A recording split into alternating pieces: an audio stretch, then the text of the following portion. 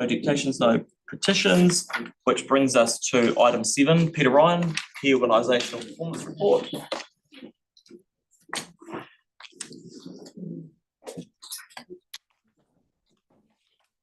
Morning, everyone.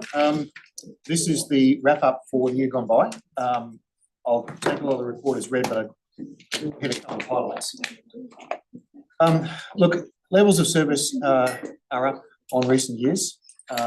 That's actually quite hard to do. We didn't have anything special there. We didn't get a break in the weather. But you hit diminishing returns. To go from 85 to 90 odd is much harder than to go from 50 to 55. So you're in a tougher space. I just want to recognise the heads of service there. That's largely the result of focus from heads of service, not any special break or stroke of luck. There isn't any luck in delivering that set of services. Moving on to capital, just starting out with a view that the points I'm going to talk to here are mainly about delivery of milestones, like actual delivery on the ground rather than spend, because the outcome of capital is that we build the stuff that you're looking for. Delivery of capital was around about 80% for milestones. We brought to you in January, you may recall, a bit of a risk profile and the graph showing where capital was headed. That resulted in a deferral of about $72 million in what was then the coming year. Some of those risks are still there. If you look at, I'm just going to draw your attention to the graph at 8.11 in the report. I can't fly the machine from here, so I'll ask you to actually look at yours. But you'll see there that the year gone by, we've just delivered about 480, and there'll be much more in the PMO report on this. I'm just going to hit a couple of highlights. The year gone by, we delivered about 480. If you accept the carry forwards in the finance report today, your 26-27 year is going to look like 775 or so. So quite a steep climb. Now, it's already been acknowledged, and it's referenced in this report that people are already looking at that program. I don't believe we intend to come up to the new council in November with those sort of numbers. So there's work underway, but I just want to highlight that that's a work in progress. The other point that's mentioned there briefly is we've started work on understanding quite a complex little wrinkle. When savings are found, for example, through sharper contract prices, if a contract is, we think it's going to be 10, but it turns out to be 8 or 9, how that saving is realised, and if in fact it is a saving, might mean that we can come back to you with some options. So that if we save on the capital program and we're still getting what we wanted to get, then the quantum of the capital program could come down instead of recycling the money. But we need to understand exactly how that works. It is quite complex. So this is just foreshadowing, not a promise of much smaller capital programs. Oh, I put that as a promise. So. Thanks. Right, okay, just moving on. In terms of OPEX budget, in terms of capital planning, that was realised or substantively realised for the year, no issues there. In terms of OPEX, we obviously finished the year with a surplus. That's not an issue. The percentage there of 80% of activities is really about trying to budget correctly below that overall number. So finance are onto this. They're looking at activity budgeting for the annual plan and the LTP, especially things like activities that are underspent but delivering all their levels of service. So that's something staff are aware of. Capital spend was a bit lower than forecast, but there's the whole PMO report to follow, so I really will leave that for that side of things.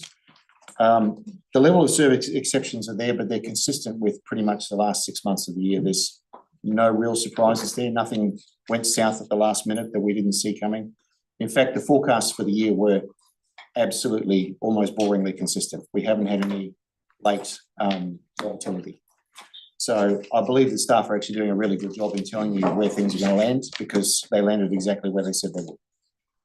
And that's really the highlights of the vital few. There's a lot more to come in the finance and PMO reports. That's brilliant. Thank you, Peter, for sort of foreshadowing that. Do you have any questions on this, or we'll go into the detailed on the next papers?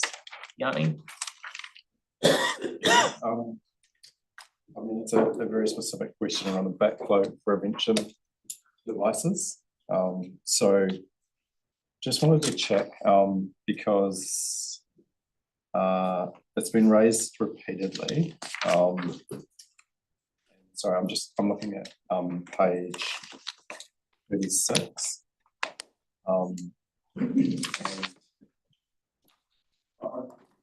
I'm trying to get a sense of when something would be elevated to us because it requires more than just regular reporting. So the backflow prevention, for example, we were told in January that it would be ready by the end of March. We're now being told it's going to be ready by the end of August, and it just keeps moving and moving and moving. Okay. So how do we have confidence that what we're told is going to happen happens? And do we need, I mean, is there any other process that we could use to get a better sense of when things have gone wrong, how we rectify in a quicker manner? Or is it just inevitable that these things will happen? But backflow prevention is something I've been questioning pretty much as soon as it was flagged as non-performing. Right? And it just seems every month the deadline keeps getting shifted. Well, I think the exception reporting has done its job in that it's highlighted that there's a shift. Why that shift has occurred is something I have to work with Gavin and report back on. Right. I can't answer a technical question like that off the hip. Would something like that be a candidate to be elevated to audit and risk and be put on some sort of risk register to get more intensive scrutiny? It would need to be a reason why, because it is a level of service like any other. So I mean, they potentially all could fall in that category. It isn't a mandatory level of service from the government, so it's probably not in that category. I think the best thing to do would be to understand from Gavin what's going on. Victoria? There is an explanation in the report what the challenges are. No. The challenges are stated there. It's the same that I was told in January is the issue, right? So we'll get maybe because we haven't got another FMP for the election, we'll just get that circulated. Great, sure. Victoria. Thank you, Peter. I'm at paragraph 4.3 of the report with the table there with the ELT operational performance priorities. Can you just give me some context around that outlier there with value for money? Where we're sitting quite below the target there. So you're talking about the activity budgets, the 79%? Yes, I am. Okay. That's, as I said earlier, the overall budget we came in the black. But within that budget, there are overs and unders. Some activities were overspent, some activities were underspent. Actually, this year, an unusual percentage were underspent. Finance is working on why that was the case, why were the budgets set that way, to get the components right. Rather than, this is not about the overall budget where we were fine. It's about the detail underneath it. And roughly 80% of the activities were on. So we're saying, what's the story with the other 20%? It's just the optics with the heading with value for money just raises a little bit of alarm bell. I think that's unfortunate. It's just a title that was used. What this really says is, out of your 40-odd activity budgets, how many turned out to be bang on? And there's nearly always some that are not, for various reasons. What we're saying is, let's dig into that and get it right. Okay, thank you for that. Okay, so I'm here to move that. Mel's happy to seriously. Oh, you had a question? Oh, yeah. And then you'll second it? Yeah, happy joke. Just could you talk to me a little bit about that, the water supply stuff? So the capital delivery is down, but overall spend is up because we've got increased maintenance costs, reactive stuff when things are breaking. Yeah. How do we shift that so that we're actually doing that capital and the renewal and those kind of things to cut the maintenance costs? There will be a lot to do with, actually, no, I'm going to step back a bit, say, Brent might have a thing to say, but that's a very extremely technical question and even staff may have different views on it. So yeah. I think rather than wade into waters that I don't understand. Yeah. I see. Yeah, thank you. Yeah. Dad jokes are us. So we have over the last few years ended up spending more on reactive maintenance than we had budgeted. I just want to make sure that in the next annual plan, the right amount of budget goes in so that we're not having to pull it from elsewhere and stuff. Yeah. Understood. Yeah. There is some work going on deliverability of waters capital. Yeah. And, we may be able to talk to that. And I think Brent is onto it already. Yeah, and also on prioritisation, so the operational spend, the reactive spend is one of the factors that feeds into our programming of our renewal budget, and we'll continue looking at that, as is coordinating with other utility providers. So Gavin is onto that, and I think keeping an eye on that through the monthly performance reports, but also through the quarterly 3-year programs, we'll be able to dive into that. Thanks. We've also got and I don't know if it's nearly here, but we've got a 1-pager coming on water, like a FAQ out of, I think, Michelle. Yeah, it's So that'd be quite useful as well. pretty well a summary of what was presented in the last Three Waters quarterly report, which was just sort of a snapshot as to where we're at and what progress we're making. Yeah, cool. Is that far away? Okay, so that's been moved and seconded. All in favour? Against? That's carried. Thank you very much, Bennett. We'll see you back shortly. Bruce, do you want to come on up for performance report?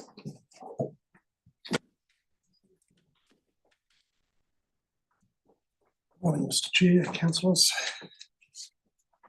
On its report, jumping to section 3, cash operating surplus 47.5 million. That's the largest surplus that I can recall. We've had the table there in 3.1 gives you the details. There's no surprises there. Those have been reported for the last 6 months on a monthly basis. The NZTA subsidy is down partly because of the street lighting cost, which was down, so there's some offsets there. The June movement was a 4.3 improvement, 4.3 million improvement. Actually due to corporate items. Looking at section 4, surplus, 20 million was allocated to debt reduction in the annual plan, and 17 million was allocated for rates reduction. The remaining 10.5 million, we're suggesting that $500,000, which was for weather event contingency, which was to be set aside. 1.6 we've already got set aside, giving a total of 2.1 for future events. The remaining 10 million and 4.1 suggesting be used for debt repayment, and that shows the section. You recall last year we had an operating surplus of 6 million that we set aside as a contingency provision. 6 of that has been used for the Tauranga Boar and some of the libraries paid. There's a further 0.3 allocated to the Tauranga Boar. Just continue because there's section 5 just gives you a revenue and expenditure breakdown of the variances. If I jump to 5.6, we've got attachment A, which gives you a breakdown of the activity level. 5.7 talks about the operating carry forwards in attachment B, and we have the capital carry forwards in attachment C for approval. 6.3 talks about the capital 57.4 million. Most of those are carried into next year, but there's a subsequent push out, so there's virtually a nil impact on this current year. That's been pushed, as Peter mentioned.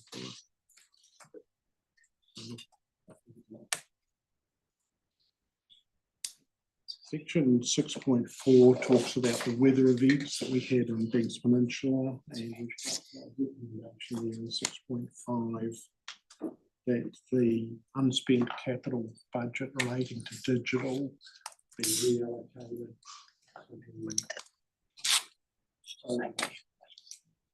Sorry, the roading. Yes. 9 million. So those are all options.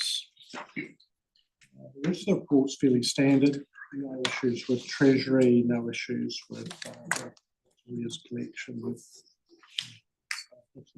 questions. Thank you for that, Bruce. I think that table 3 really spells it out in terms of where we found the savings for the year and additional additional income, which is good. So yeah, it's sort of weird, isn't it? Because to make a surplus of 47 million, you know, is really good from any organisation. But then arguably it's like, actually we've taken too much money off people. But the good thing is we've been able to put some of that into the rate reduction in this coming year, and pay down some debt. So I'll move it. Pauline will second it, but she's got a question. Yeah, thank you. Just on the weather event remediation. So is that 6.9, is that the total cost, or are we expecting more costs? That's an estimate of the roading capital works that are required. There's been some operational spend and there's spend in parks and waters as well. This is the roading projects that are reasonably significant that need some budget to be undertaken. Yes, but is that it, or is there any more to come? It's everything that we're aware of. At this stage, it's all It's huge, isn't it? Yeah. So we just have to cough that up out of our money. There's no insurance or anything on that for us to dip into? And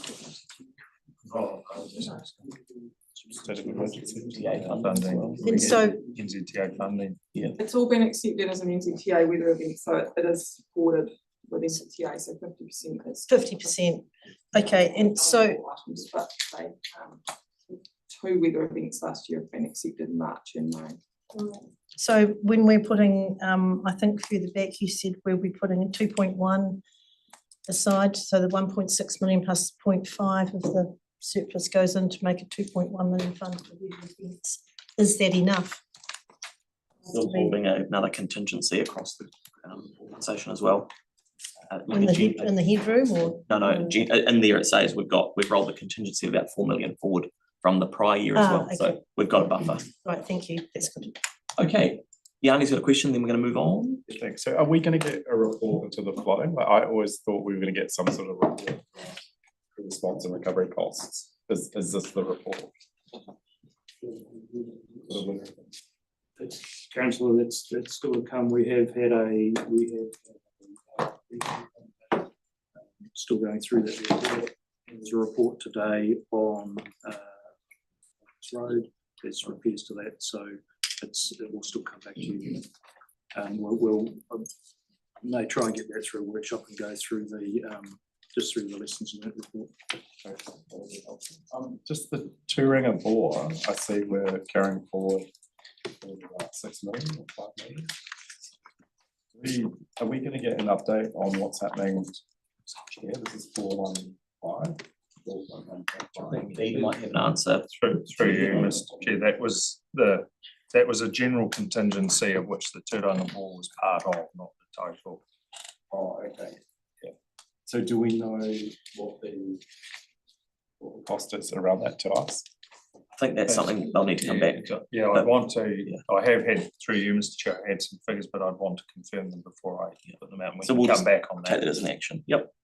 Okay. Okay. The final question from me, which just so I'm clear, both the excess charges and the Hagley Park charges for car parking. For the year being, we've obviously set some budgets that weren't what we thought. For the upcoming year, have we revised those budgets so that we won't have a variation, or will be closer to what we? Yes, the parking budget was revised down significantly. The excess were slightly. Okay, so that's been moved and seconded. All in favour? Against, that's carried. Great, thank you very much, Bruce. Back a surplus next year as well. Okay, capital program, Nikki, come on up.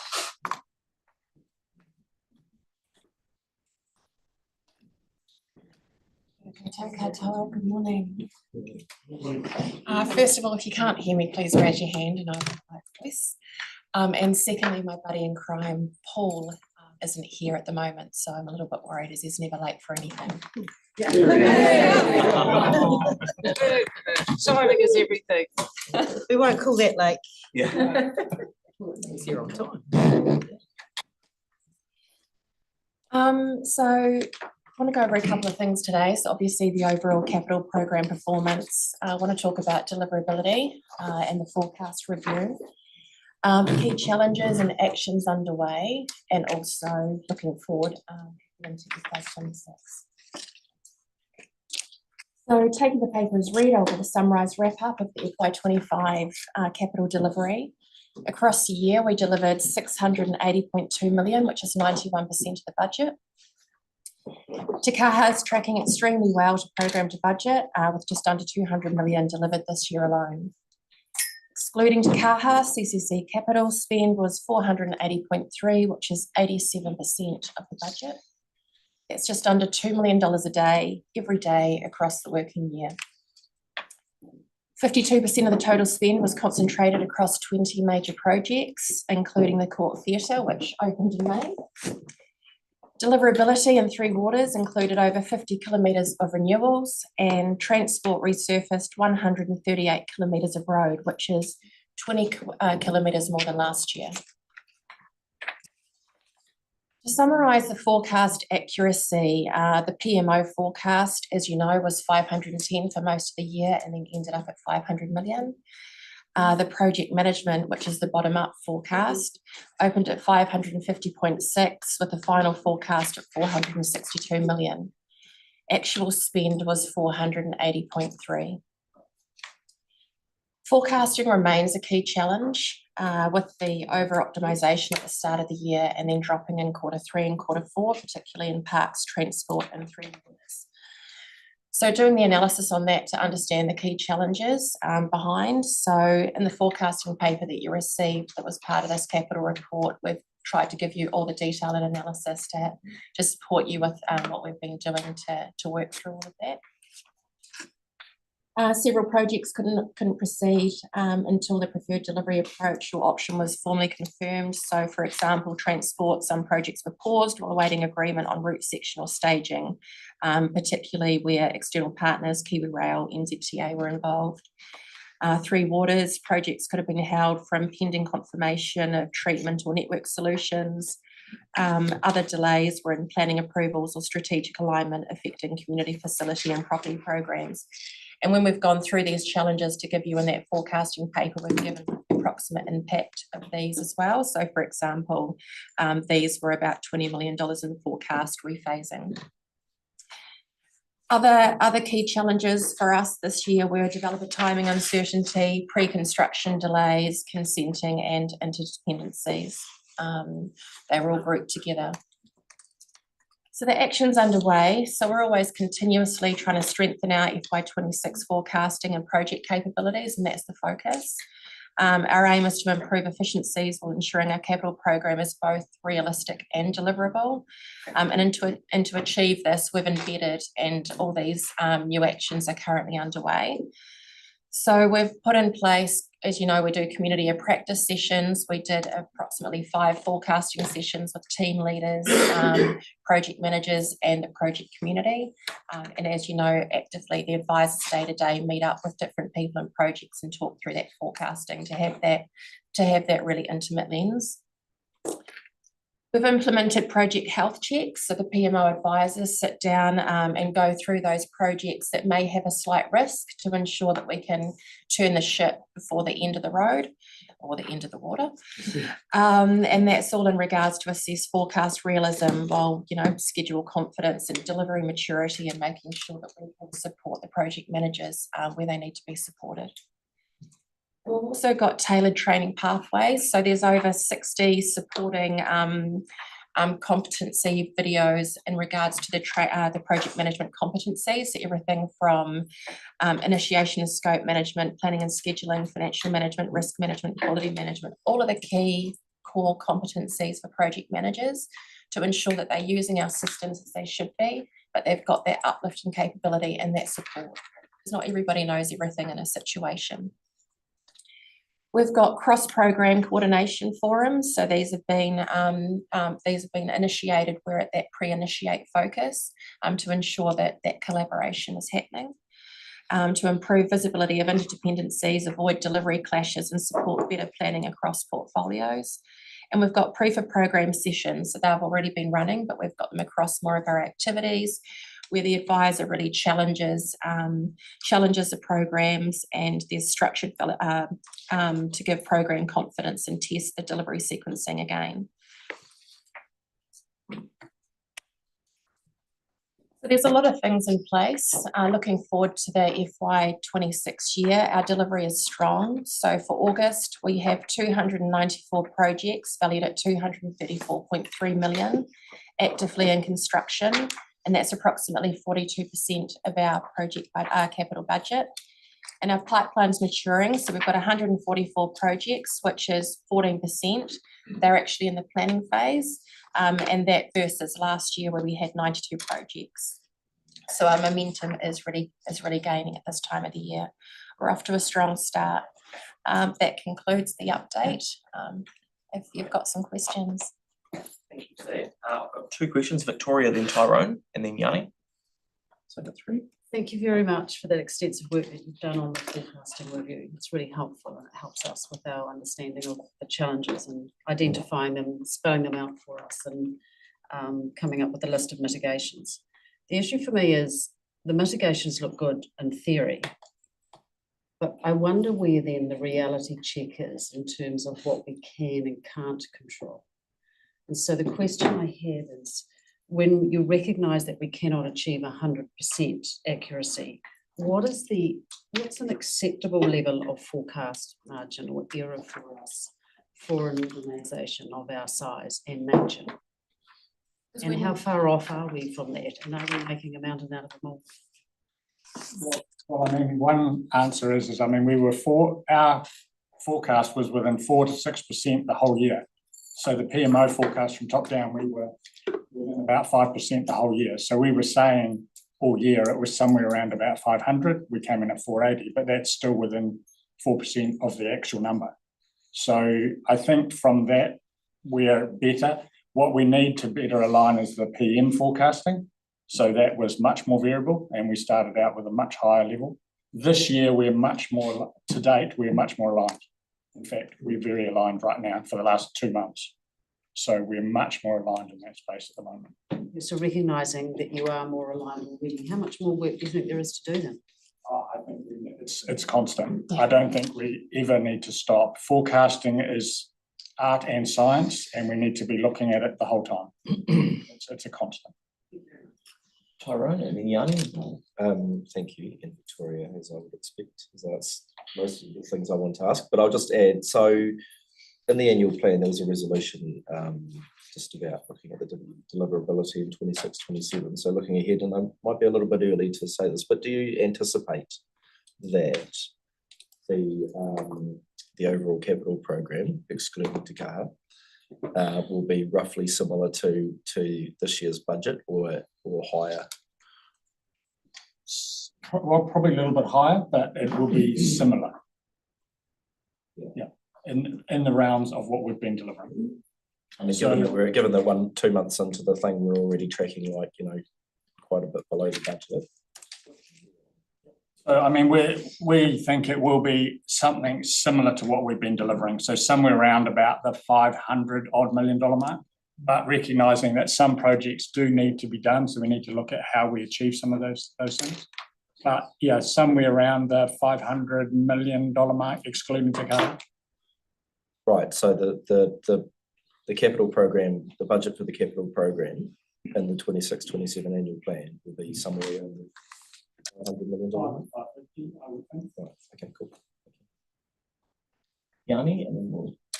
Thank you for your comprehensive report. I was interested in the on page 302, the estimated impact of the forecasting for the third-party dependencies. And I know in the list Kiwi Rail, and you say the estimated impact is 4 million, but I mean, just on one project alone, we've exceeded that, like Scrutton's Road Crossing. Thank you for the information. We did get a memo recirculated last night from the 15th of August, but there's no figures in there. There's no total impact of the Kiwi Rail cost that we've faced versus what we either would do as a city or what Kiwi Rail would force us to do. So I'm just trying to understand, because that impact looks very, very low I mean, I would estimate it's at least in the tens of millions, if, you know, if not over 50 million of KiwiRail imposed costs previously on us. When will we get certainty about what the KiwiRail impacts are? Because again, and remember that you've given us, like, our project was 1.6, KiwiRail wanted 7, they've now come back to 4. It's still quite a significant increase. And that's only on one project, Springs Road. These numbers that we've got on that page 302 were just the impact on those projects for that year's budget, not the total whole of life. Right. So some of it, those numbers you're talking will be the whole of life cost. So Hallswell Junction Road, Yes. I mean, that was like tens of millions, I think, because of KiwiRail. And the delay from not being able to do it when we were going to do it would be massive, but that's not captured in here. This is only projects that are complete in the last financial year, is that? This is over the last financial year, so this is all being factually derived from the project and portfolio data. So it's not from just closed projects, but from the year. Right, it still seems very, very low. I've asked in the past, is it possible to get a list of all the projects we've done that are KiwiRail related, the cost that we would do it at, and the cost that KiwiRail has forced us to do it at, and what the difference is? We've got charts of the. Yeah, I think Can I Nick might jump in. step in and answer, as I'm Nikki's shoulder, sorry, Nikki. So councillor, you've used a few examples such as Scruttons Road, so there's and Hallswell Junction Road. So there are some projects that are complete, and we have reported those up through the those are the ones that have been reported through to audit and risk as well. But projects like Scruttons Road, we haven't got a solution yet, so we don't know what the financial impact is until we work through what a solution is. So while we have some money on budget, it is an estimate at this stage, and we're working through it. You have a list in that memo in the report that went to ARMC that has all the projects that are on it and the risks that we see. But it doesn't have any budget attached to what the significant difference is in terms of the cost that we'll be paying. I don't think we're not going to sort that today, so maybe Lynn will have another. Right. So Hallswell I don't Junction. know that we can provide what So so we'll come back on that separately. Okay, so Hallswell Junction Road opens within the financial year that this covers. Making more. But this covers what was spent on Hallswell Junction Road for the last year. And that is what has been accounted for in this report. So this report is talking about the financials that were spent in the last financial year. So do you do right, any? so one more yarning, then we do need to move So on. do you do any projection over the life cycle cost of the project and what the forecasting challenges are? What's the total cost of the project, rather than just by year? So the projects are challenged, absolutely, and that's what these forums are about. It's not just about what's going to be happening in the year, it's about looking at the whole of life of that project as well. Okay, so it's been moved by Tyler, seconded by Vic. All in favour? Against? That's carried. Thank you both very much. Peter, do you want to come back up for the long-term and 2027 update?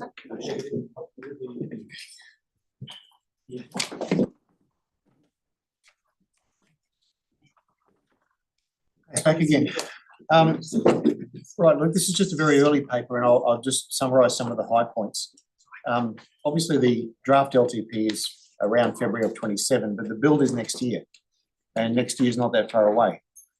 I just want to highlight this by saying that nothing in this paper is about content that the new council may want. It's about process and being ready at a mechanical level to respond to the new council. And why would we want to be a place like that? We are facing a lot of complex reforms. You know about those. One of the difficulties or risks is we don't know exactly how they'll play out. We know they're there, but we don't know exactly what they are. So we need to be ready, and we need to have done our homework. There are internal complexities as well. So there are principles here based on one team.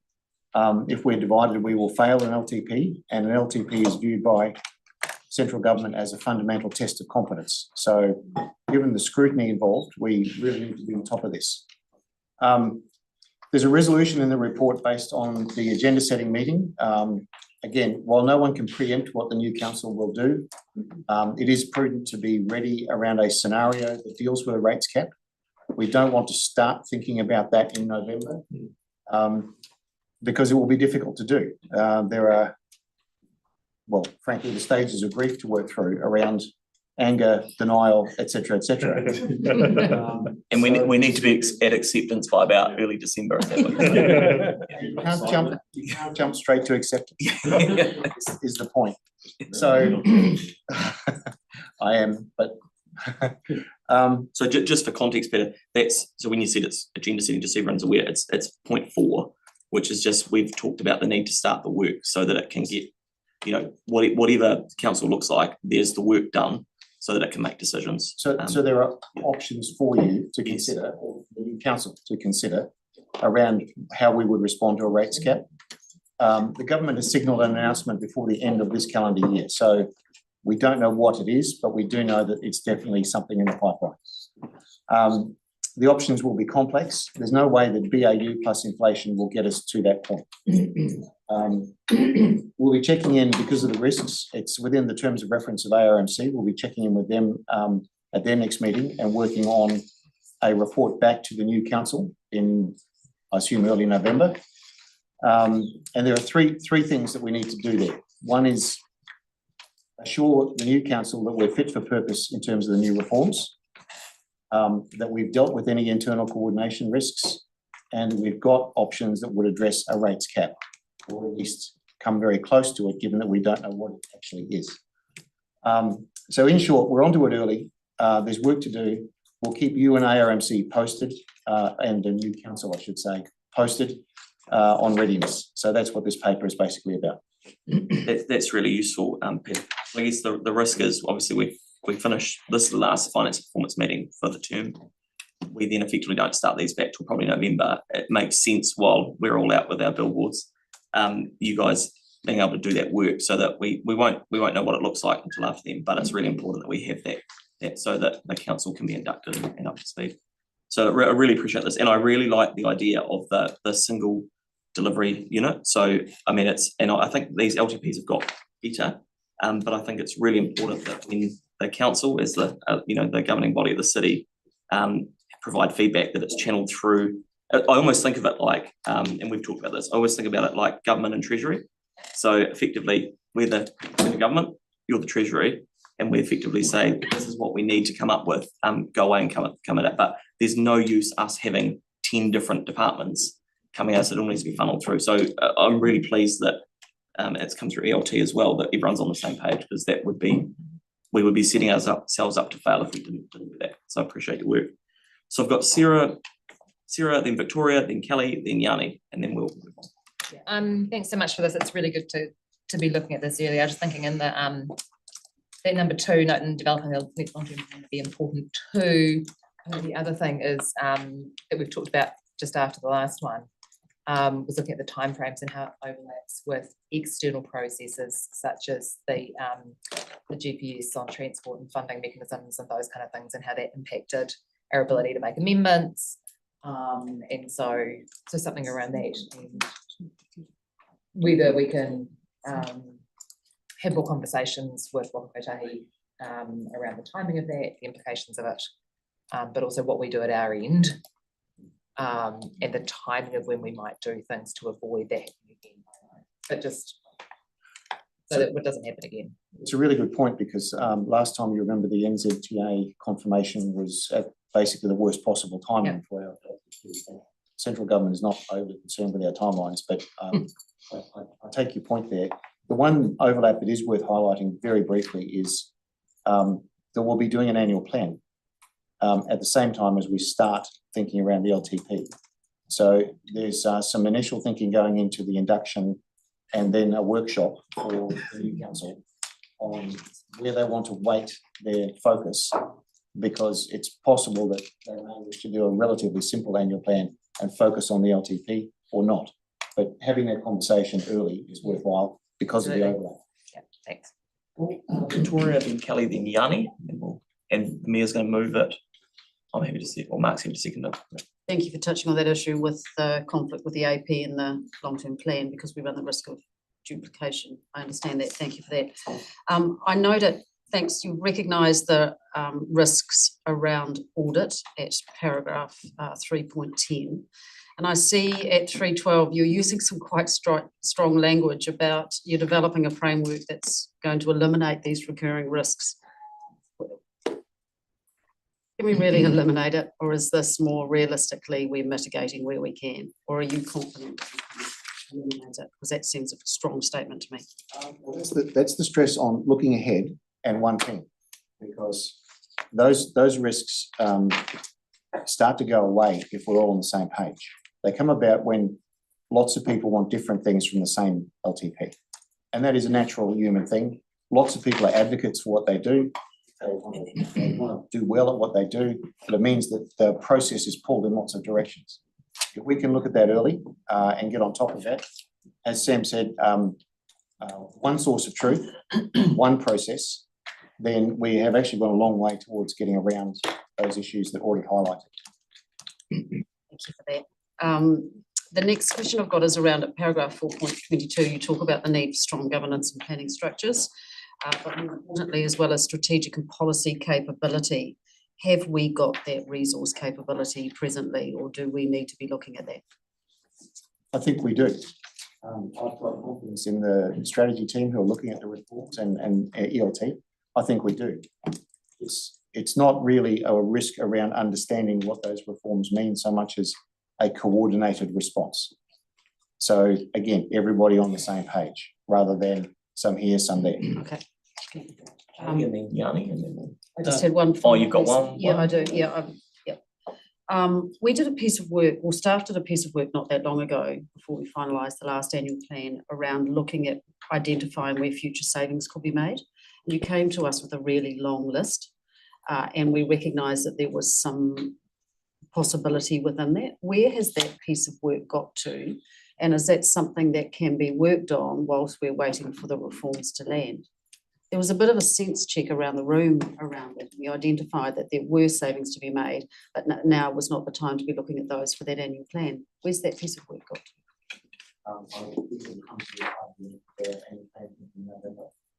Because if we're to have a scenario around dealing with it, that work will need to be looked at, but also contemporised because things have moved since then. Basically, our environment moves every 6 to 12 months. So what was a savings list a year ago probably needs a top up. Also, that list would have been put together without a view to a rates cap, whereas this scenario actually calls for a different view of the world. As I recall, there were some things in there that gave us hope, and I know hope is not a commercial strategy to be relied upon. But it certainly gave us some at that time that there was some further work to do that would help us get towards a rate I think cap. what Peter's saying is that'll come back to us. Lovely. Yeah, options.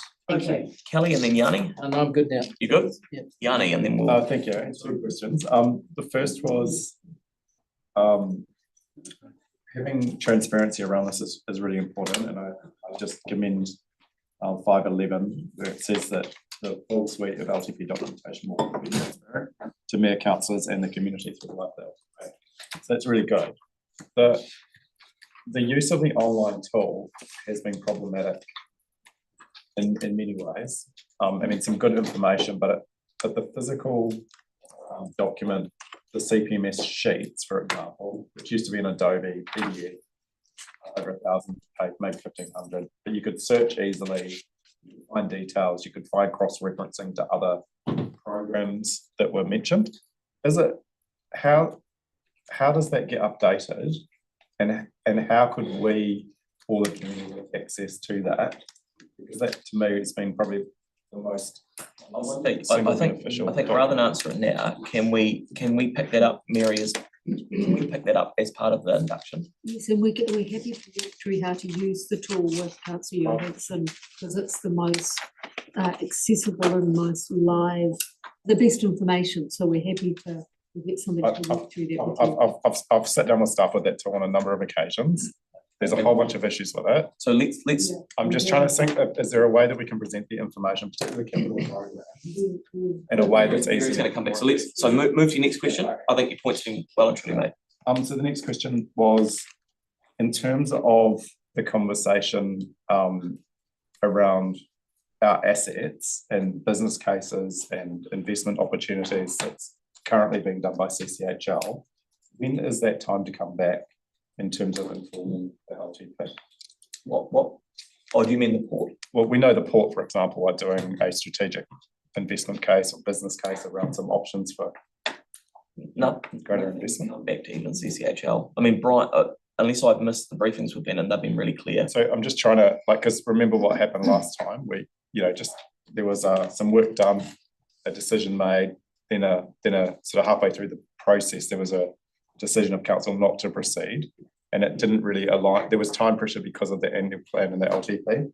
So I'm just trying to understand in terms of this process, how does whatever CCHL do? I don't think that's, you probably better answer than me, Peter. Look, this report makes a promise that the next time we have this discussion with the new council, there'll be a project plan and an accountability progressive. We don't have that level of thinking yet. This was to highlight the framework. Yeah. So exactly what, when, who is, there's a resolution in here to say, come back with that plan and the accountabilities. But that point you made about a full suite of documentation will remain transparent to councillors and the community. That's a solid commitment. Okay, cool. So this has been moved and seconded. All in favour? That's carried. Thank you very much, Peter. Thank you. Right, item 11, development contributions.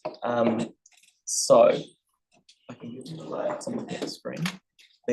Where we got to last week was we were deferring it to get some information. There's been the memo provided, which everyone will have on the tin can, or if they haven't got it in front of them. So the way we're going to do it is we've got an amendment to the policy.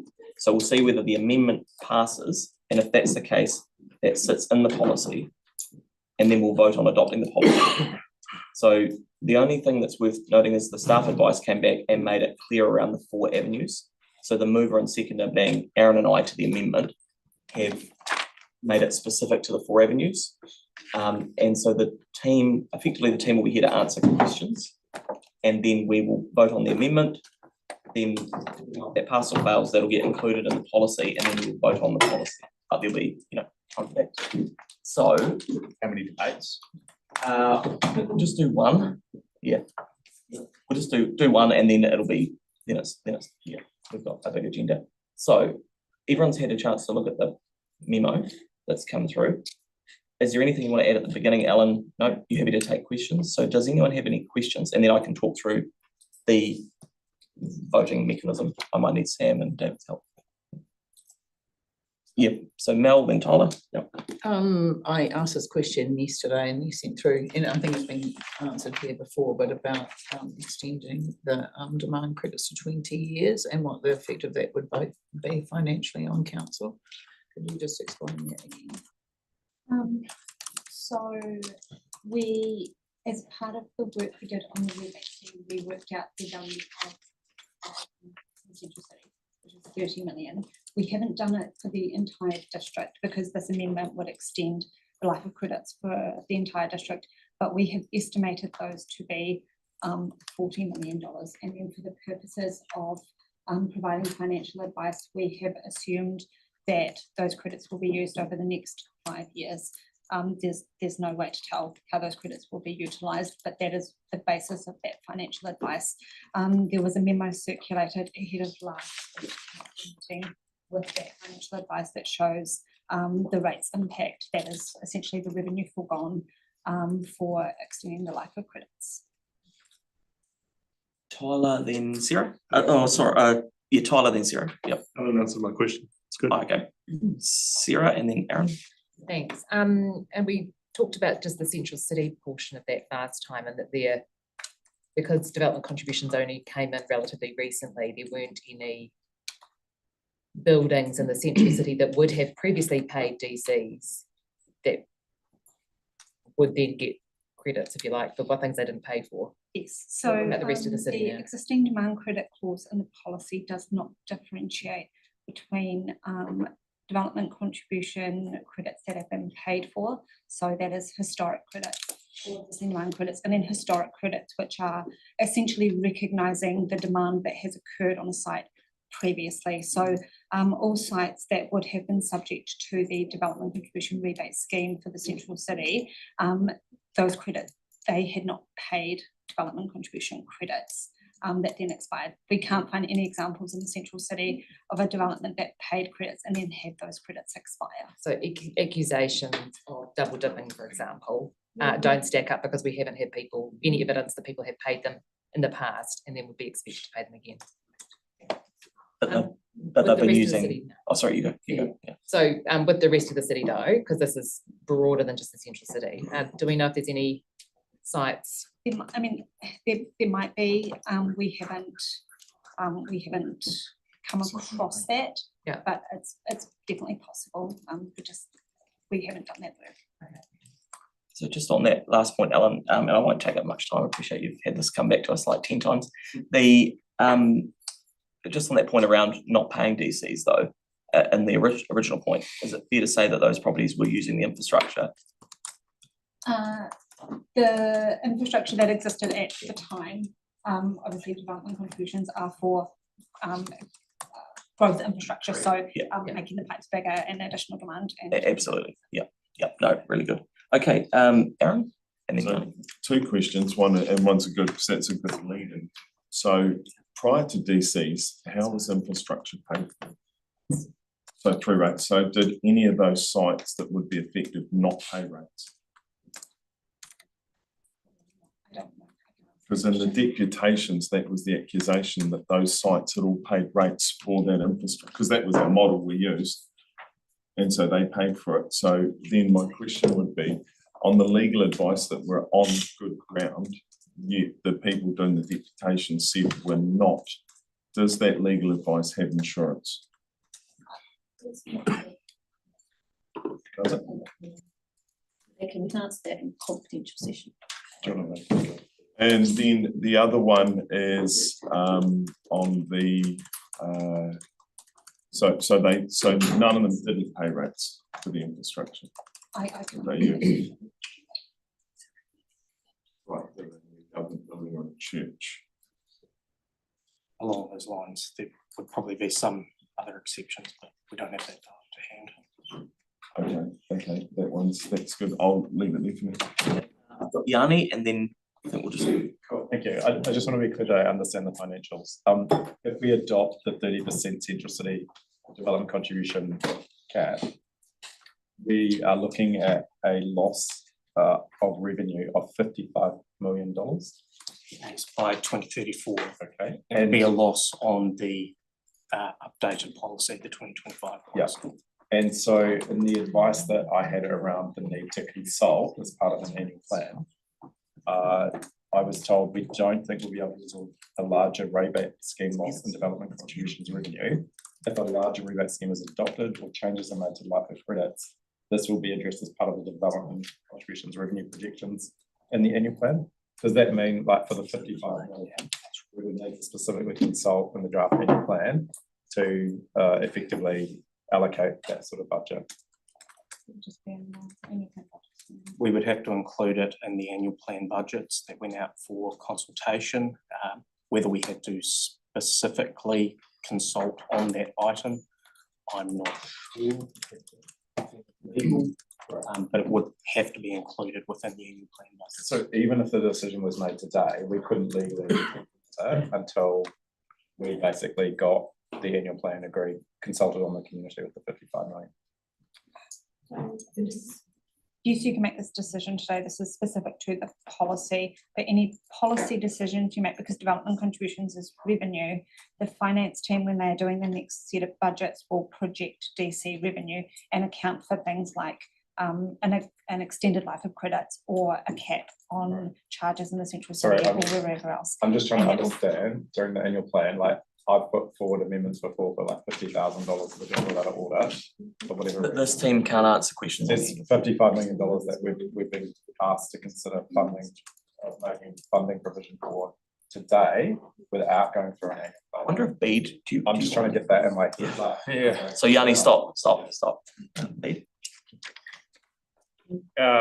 I probably just want to check, but what we're talking about is not revenue lost. We're talking about a policy that we then go and budget to collect a certain amount of revenue, and you could cut it in different ways to say it would collect more or it would collect less. It's revenue foregone. I guess, in one sense. And when we do the annual plan, if the policy, we say, well, here's what we're projecting, forecasting to collect based on policy. To my understanding is it has a rates impact, so the rates component will have to fund the 55 million. So if I talk to my community and say, do you wish to spend $55 million on this? That would seem like a. Some questions at the moment, So that's what I'm trying to understand is like, at what point would we have to go to the community and say, we're proposing to spend rates on $55 million worth of subsidies? Well, we'd have to go through our foregone. We'd have to go through our significance and engagement policy, I think, to work out what it is that would involve us going and consulting. But we've already consulted on the policy, and you're adopting the policy based on the consultation that you're getting back on that. So that was why I asked. I'd probably want to just take a few minutes if that's requested, Mr. Chair, to just. That's why I asked the question previously, and then that was the advice that we got back, is if it was larger, we would have to, in my view, we would have to consult. Hang on, your view's great, but we might just move to the other questions and come back. Aaron, did you have another question? And then I've got. I did, and it's around the financial modelling and the assumptions on the 40 million or 55 million or any number of million.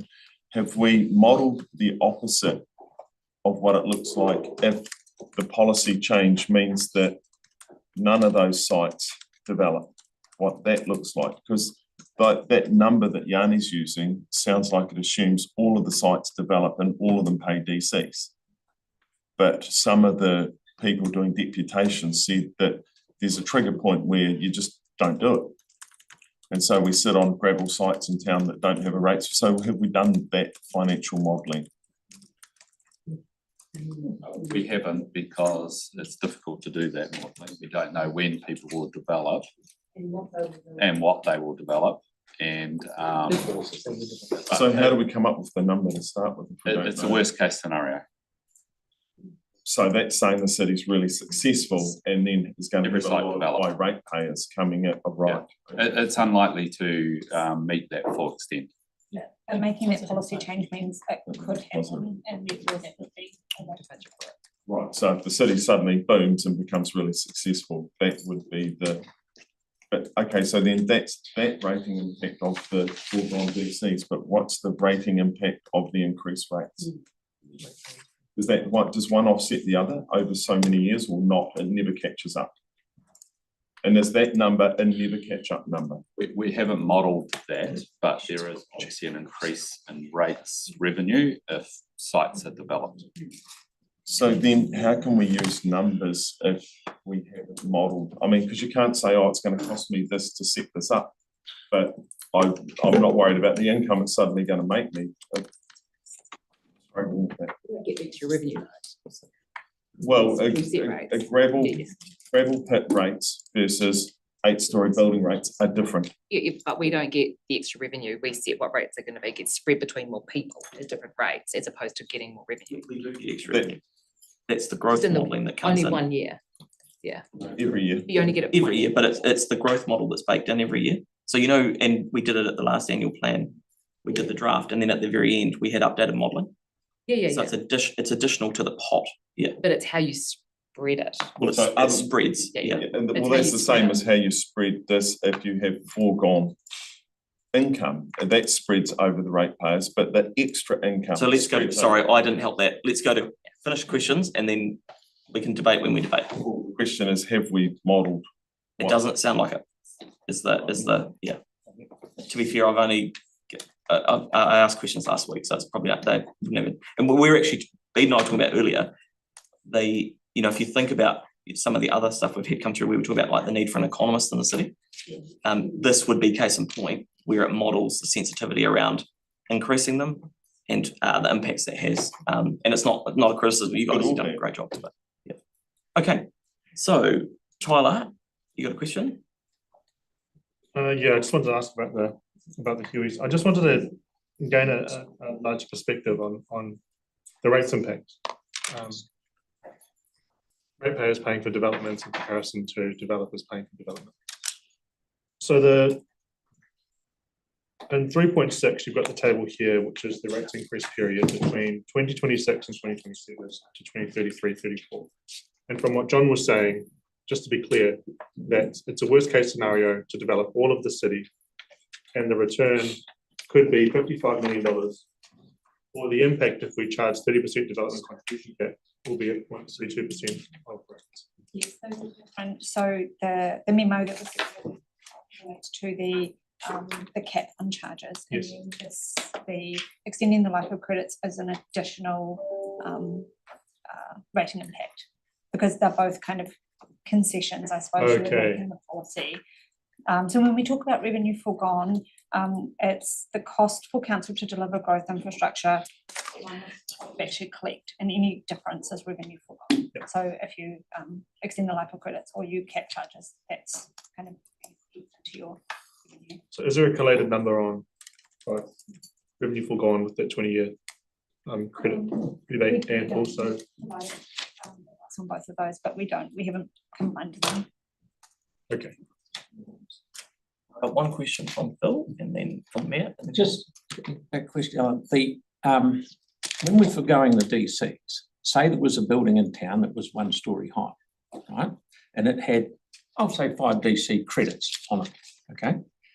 In just about the vast majority of times, the person builds a 5-story building, they're paying for all the extra. We're not giving away all the new credits, it's only what's existing on the underlying title, what was there. So people that are thinking that we're letting a developer come in and build the whole building and get no DCs is not right. We've got to, it's just what was there originally. It might have had 4, in the going forward, it might have 44, and the developer paid for 40. Yes, so non-residential development contributions are based on gross floor area that is converted into QEs. So if you had a 5,000 square metre office building and then you demolished it and built a 10,000 square metre office building, you would pay development contributions on the additional 5,000 square metres. The credits is only for what was there. That's how it would work. Sarah? Do we have any evidence that the difference actually is the key thing that makes a difference to whether people develop or not? We've been through this before. The residential rebate schemes for the central city, we did speak to developers who had received them. We got kind of mixed feedback. Some developers said that it made a difference in terms of their decision making, and then other developers said they were going to do it anyway, and there were other considerations that were more important, like being able to rent the space out and there being demand for that kind of building. When we got rid of the residential rebate scheme, we didn't notice any difference in like a drop off of people building in the central city. We did think that through the 2-year COVID, though, with interest rates at 2% as well. But okay, Yanni, and then we'll move on. So the existing DC credits, if that was extended to 20 years across the entire city, do we know what that would be? No, so that was in the, we don't know for certain. We've estimated it to be 40 million across the entire city. So assuming that it might be maybe about $10 million worth of expired credits throughout the district. That was a really resource intensive thing to do to work that out. So we've just kind of given a best estimate in terms of providing that advice. But there was a memo circulated, I believe, just before last week's meeting, that provided the financial implications of that policy change. And in terms of equity of just doing it in the central city versus the rest of the city, is there any issues with fairness? You talk about the cap. No, just the demand credits. So the rebate scheme that we consulted on was because council was looking to incentivise redevelopment of the central city. There was a strategic development goal in mind with that rebate scheme. So that's kind of the overarching principle of that rebate scheme. Council wants to use a carrot to get certain development happening in the central city. Right. So we couldn't today actually extend it across the entire city. The rebate scheme, no, but that 3A, 3B, and 3C would essentially do that within the policy. These are in the policy as opposed to the next paper around the scheme. Okay. So thank you both for that. So jump back from the table. That's appreciate your work. So let's go, Sam. Yep. Sam's going to talk us through our voting. What we vote on, because Okay, so we've got the amendments that we'll deal with first. So this is to amend the policy. So A, B, C is around the 20-year period, and D is the update of that. So your vote is one block for that. And then if we scroll down to E, this is the new E. Seconder, and you'll also vote on that separately. And I understand you want to do that one first. yeah, it probably doesn't matter now that this is amendments into the policy. So 6 or 1. I mean, we'll do the debate and then we can just vote through. Yeah. So once the amendments have been dealt with, if we scroll to the substantive. Can you get those circulated? So I can't actually read it. Yeah. I can't see it. Yeah, if you just Maybe have a break now and just get Yeah, maybe. a hard copy of the amendments, because we It's just can't. like- It's pretty tiny writing. Or circulate. You can get them emailed around. We can take 10 minutes. But let's just go. I'd like Sam to finish talking through this and then we'll get back into it. So once we've gone through the amendments, we will then go to the substantive. So the first 2 are received notes. Number 3 is to adopt the policy, and it will either be as amended, or if the amendments aren't carried, it will be as per attachment A of the report. Number 4 is the date the policy will come into effect, which has been updated to the 15th. And 5 is the delegation for any errors, and 6 is to remove difference. So is that clear how we're going to vote? We're going to vote on the amendments, and then depending on how they go, they'll either go into the policy or not, and then we vote on the policy. So it's like any other amendment, basically. All right, let's take 10 minutes off, and we'll get them emailed around. Do you want E? E's literally what was in that staff memo. If you need them for anyone. So back at 10 to 11.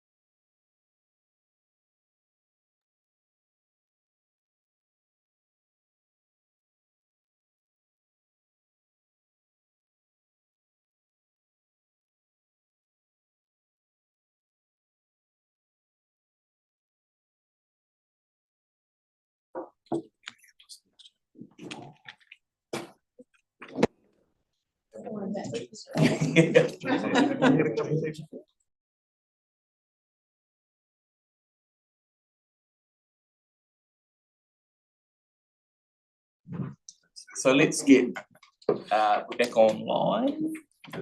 So Mel's going to start. So I'd first like to address the proposed amendment to extend the life of existing domain credits to 20 years. The change to the policy wouldn't have a cap, unlike the rebate that we consulted on and as an item number 12, which we may or may not get to. The value of expired credits in the city we've talked about is 30 million, and the staff have talked about those total across the district potentially being $40 million. Which would then be paid for essentially by ratepayers over the next few years via borrowing rather than developers as they develop. I don't think that's acceptable. I don't agree that any extension to existing domain credits is necessary, and nor that it will encourage development that isn't going to happen already. On the topic of adopting a 30% cap on central city development contributions, overall, it seems incredible that those who claim to want to keep rates low are actually saying today that they want to burden those who've been paying rates for years, living in established suburbs with rates increases to subsidise the cost of infrastructure for growth in the central city. I was in Meadowvale Ave, Spraydon, a couple of weekends ago. Residents talking about the new developments that are popping up, going from one single-storey household to multiple households with multiple stories. There are issues with the wastewater pipes during heavy rain with toilets backing up there. That problem will only get worse with increasing densification that's occurring. That infrastructure needs to be upgraded to pay to upsize those wastewater pipes. Should those residents who have lived there for decades pay for that? Absolutely not. It's completely unfair. So I think we all accept that developers building these new homes should pay development contributions to pay for the increased size of new pipes and other required infrastructure. And those purchasing those new homes then effectively pay this charge when they purchase the house. But if a new house isn't built, if the housing intensity doesn't increase, the expansion of existing infrastructure isn't required. Thus, it makes perfect sense that developers pay DCs and pass that on. Development contributions are calculated based on projects that are in our long-term plan. We hear from staff that projects we've charged DCs for in the past have always been delivered. Thus, any DCs we charge today for projects, those projects will always be delivered because those growth projects are necessary. With all this in mind, should those residents that live in places like Meadowvale Ave be expected to subsidise developers by 70% on development contributions on building in the central city and essentially pay the lion's share for the upgrade and infrastructure that are required in the central city? Absolutely no way.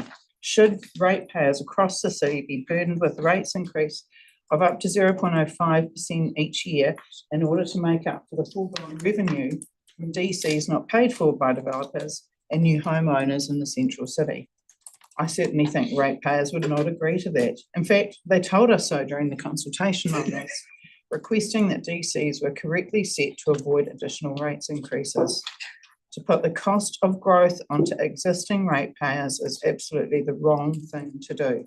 We need to put the cost of growth where it belongs, not on the ratepayer, which is why you should all support the staff recommendation today. Anyone else like to debate it? Celeste and then Andre. Thank you. I'm not going to talk about the 20-year credits, but I'm not going to be supporting that. On terms of the 30% cap on development contributions in the central city, I think it's important to cut through the spin. We've heard that it's potentially a $55 million handout to developers. And we also know that the cost of future growth doesn't disappear. Let's be clear who's picking up the tab. It's going to be ratepayers across Christchurch. And in particular, it's going to be ratepayers in the eastern suburbs who are going to be bearing the cost.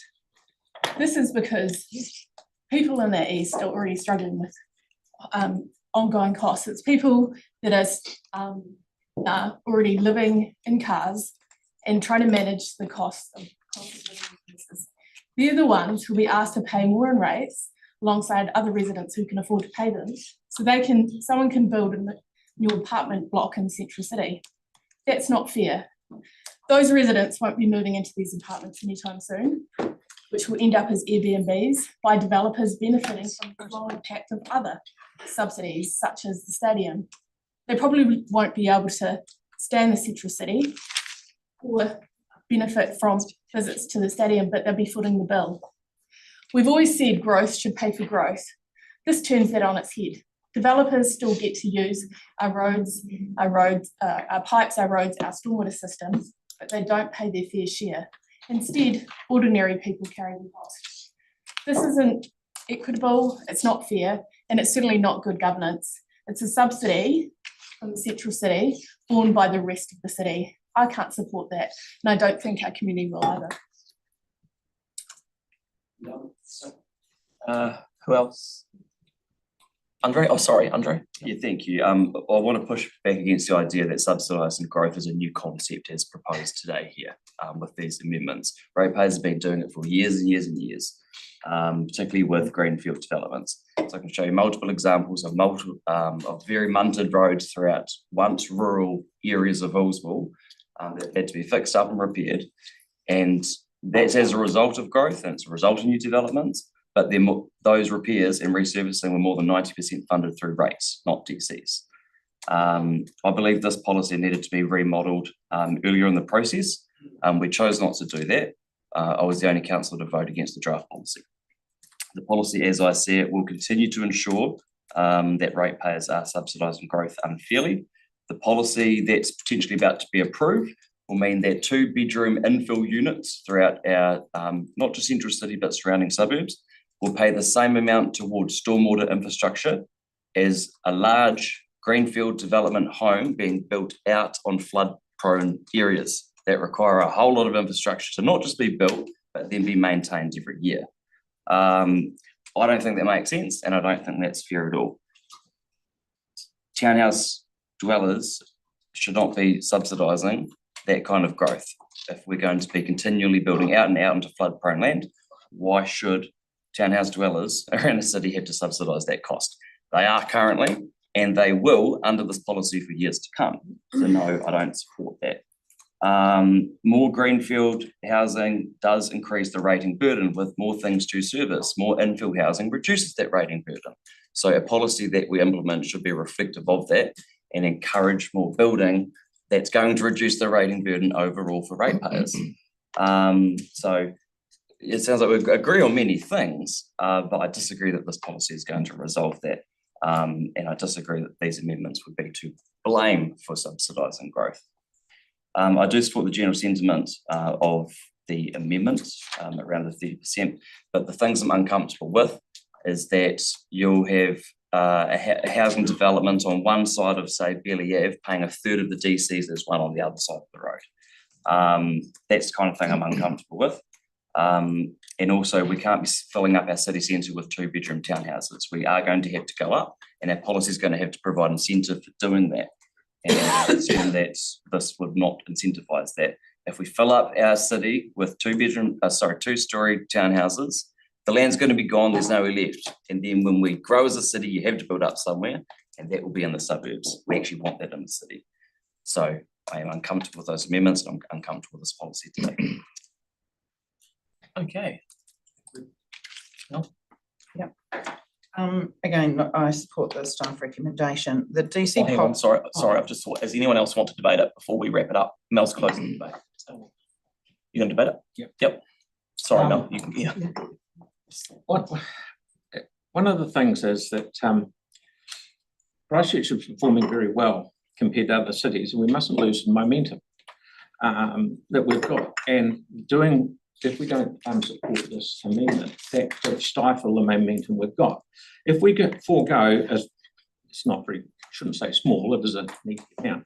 If we forego a small amount once, we get higher rates forever. If you're getting rates on a gravel area, which is X, and it's got a small handful of DCs on it, if it encourages someone to build something bigger, which they will pay DCs on the extra over stuff, we will get higher rates for a long time going forward.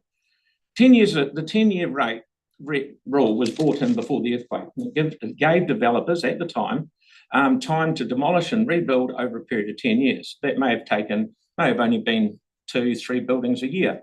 The earthquake came along and dropped a bomb on us, and there were hundreds of buildings that were put into this policy. And for one reason or another, it has taken time to rebuild all these areas, and 10 years was not enough. So that's why I think the 20-year thing is. And the other thing is that I was reading in the paper this morning that Auckland is hoping that sale GP will boost its economy. What we've got with going on in the city with Te Pai, Te Kaha, Parakiori, and lots of other events, we will have a sale GP every month. So we're on a roll. We don't want to throw water on the fire and put it out. And so I'll certainly be supporting the amendment, because it will get these last centre city bits built up and going, and it'll be good for the whole city. Sarah?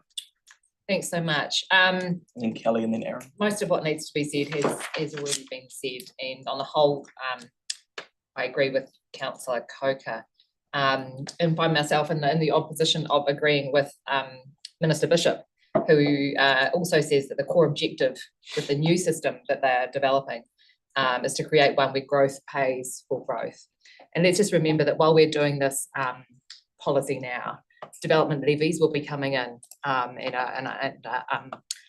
under development at the moment, and creating a new system. So what we're putting in place here is a system basically for the next couple of years until a new system comes in, which does develop the growth pays for growth at a national level and makes it much clearer. At the council, in the meantime, we need to make sure that we are being fair on all ratepayers and doing this as well. Thanks. Kelly? Yeah, to me, this issue is really about growth in the central city and how soon we want that to occur. I feel that we have to incentivise the behaviours that we want to see, and we want to see the central city developed, and I think we need to assist developers to do that.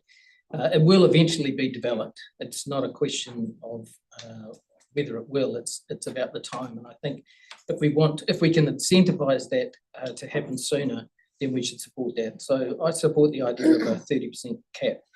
The people who are building in the central city were clear on the effects that they see that this will have. I'm not sure anyone around this table has any idea of the complexities involved in developing the central city site. And I think we should listen to those developers. Yes, it's not ideal. There would be an effect long-term on ratepayers, but again, we want to see the central city developed. So I think we should do everything we can to make sure that that happens. Aaron, and then Tyler. Yeah, I'll touch on a couple of bits. It's interesting that some councillors are staunchly in favour of growth pays for growth, which is fair enough, but we don't make everyone pay their fair share of everything else. And you just look at the inequity of rates across the city, and that's the system we have, even in even in water supply, which is questionable at best.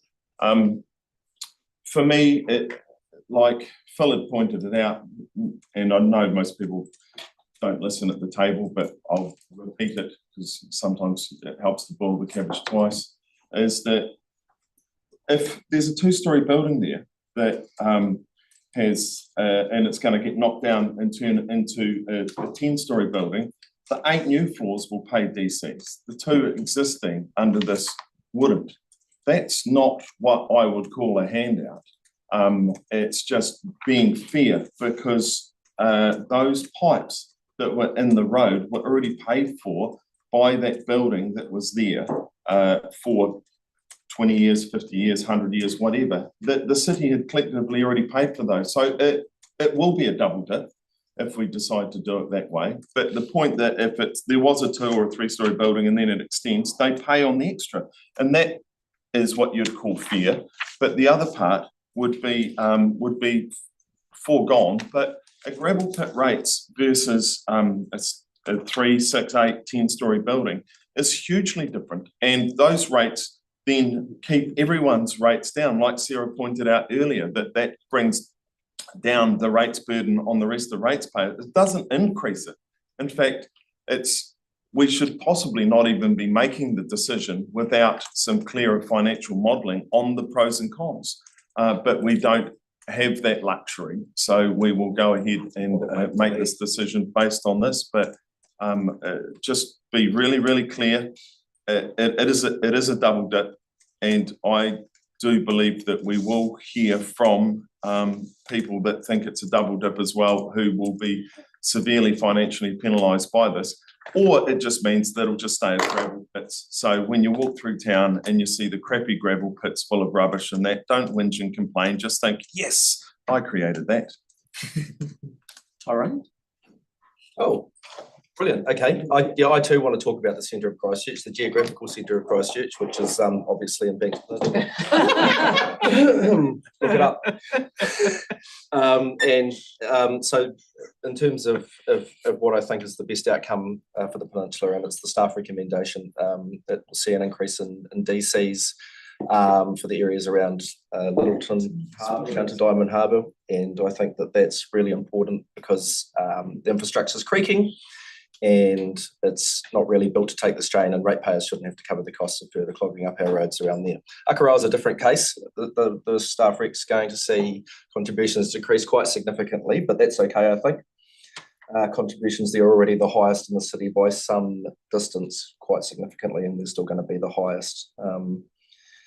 But I do want to say this, probably slightly out of scope, but housing in Akaroa is a bit of a dog's breakfast, and changing DCs isn't really going to help it. 2/3 of the homes there aren't permanently occupied. Locals are priced out. And if you want to build a house there, you can pretty much do what you want. So we actually need to do some real meaningful things to correct that. But in the meantime, I'm going to vote for the staff reg. Thank you. Thank you. I've got Vic and then Yanni, do I? Oh, sorry, I've got, have you not been? Oh, okay, you go. Yeah, I've got you then. Sorry, I jumped. That's why you were surprised, Tyrone. I jumped. I'm not sure. I'm not quite sure where I sit on the 20 years, and the reason being is, everyone knows I'm the councillor for the Riccarton ward, which is actually becoming the second CBD, as a lot of my residents are saying, and we're noticing that within the central catchment, that it is on a pathway to growth, which is surrounded by amenity. It's highly marketable. It's highly profitable for developers, and quite often we alienate developers based on many talk about their humanity, their inability to look towards their community.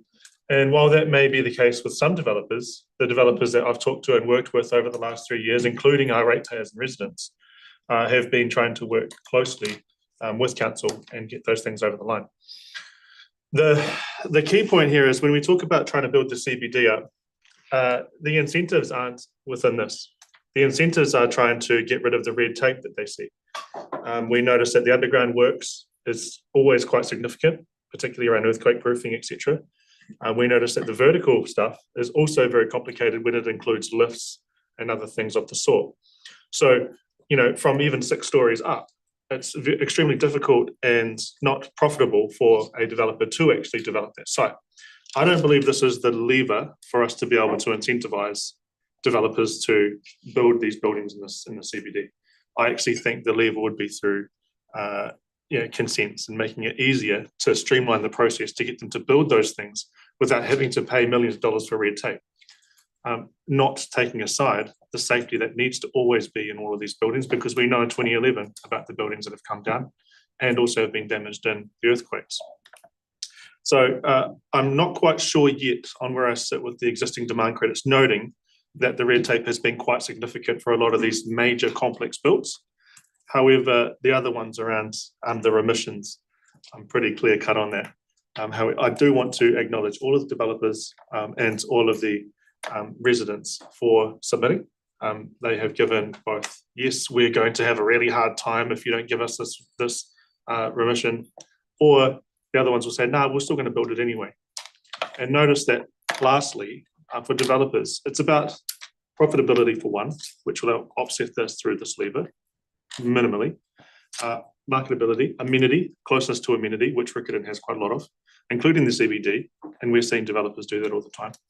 It's not just, oh, can I build it? What's my profit margin? It's what's around me at the moment.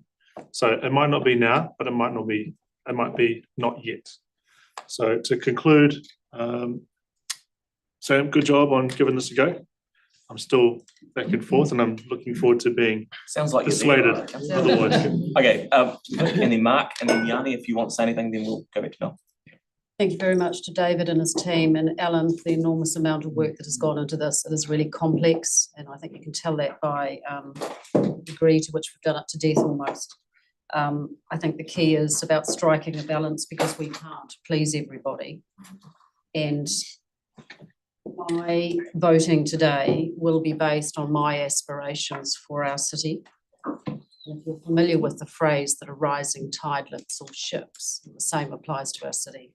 And if we have a vibrant, thriving city centre, then all of our city and all of our residents will benefit from that. So I'm excited about our city's future.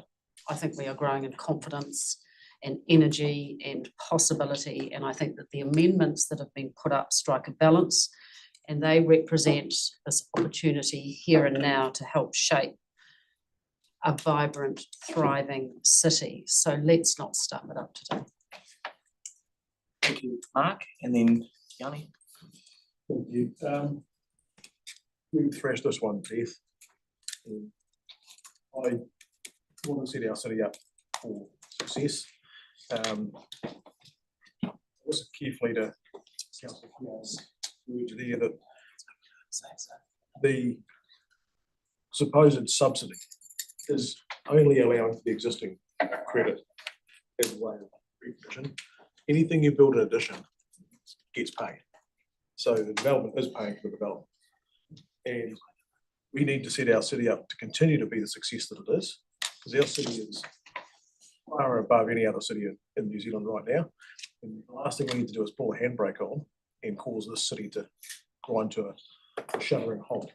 So I'm keen to set the city up for success today through this, and hopefully the majority of colleagues around the table here will see the sense in recognising the business and then setting it up to have the extra paid to help pay for the growth, and that we can go forward today and set Christchurch up into the future to succeed and continue to soar.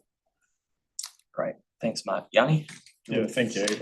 First, I just want to acknowledge the huge amount of work that staff have done on this. I mean, this is probably something that we have spent almost the most amount of time on as a council in terms of the number of meetings, the number of workshops, the number of briefings, repeated requests for information.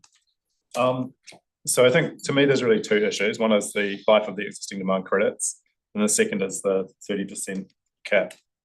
In terms of the demand for the demand credits for 20 years, on balance, I do think that that is probably a fair thing to do.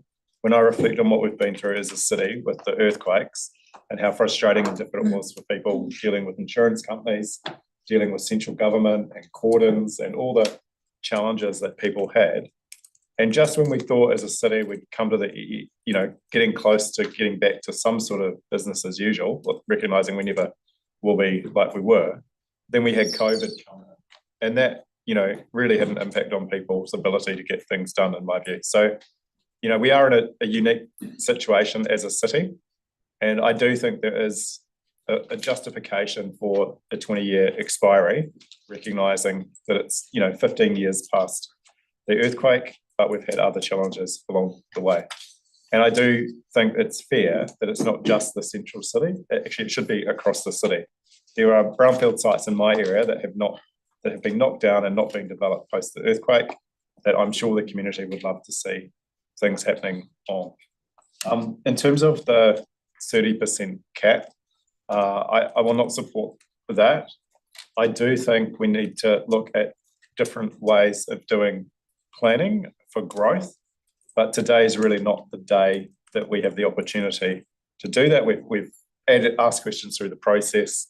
People have tried to put forward different ideas, but fundamentally, I am supportive of us looking at smaller zones in the future and looking at where the development and intensification is happening, having a direct link to projects that are put in to mitigate the growth. And you've heard from submitters through the annual plan, through the long-term plan, that some of the areas in Linwood, for example, where there's been huge amounts of intensification, but they're not seeing the projects being put in place to try and mitigate that impact and deal with that growth. So to me, I do have some sympathy for what one of Councillor Moore has said around the way that we're zoning, but I don't believe that the 30% cap with the zone that's proposed is actually the right way to address it. So thank you. Appreciate the work that's been done on this policy. As someone else has also said, the government will be looking to make significant changes to how we do this. So I feel like we have spent a lot of time and energy on something that may just change in a year or two, but yeah, it needed to be done. Yeah, no, I'm good. Pretty much everyone's raised most of the points. Right, so I think that's everyone. I'll come back to Mel. I'll just make a couple of points. The first one is that if we think about what we're trying to do in the CBD, we literally need to finish populating it. So what we're doing here is, I think there's been two things that have been conflated. We're talking about the 30% of the raids of the DCs, but we're also forgetting that if that doesn't pass, we're increasing the DCs by 264% in the CBD. So let's be very, very clear on what we're doing. My nervousness today, based on the debate, is actually that we're not going to strike a new DC policy based off the way that people have talked around the table.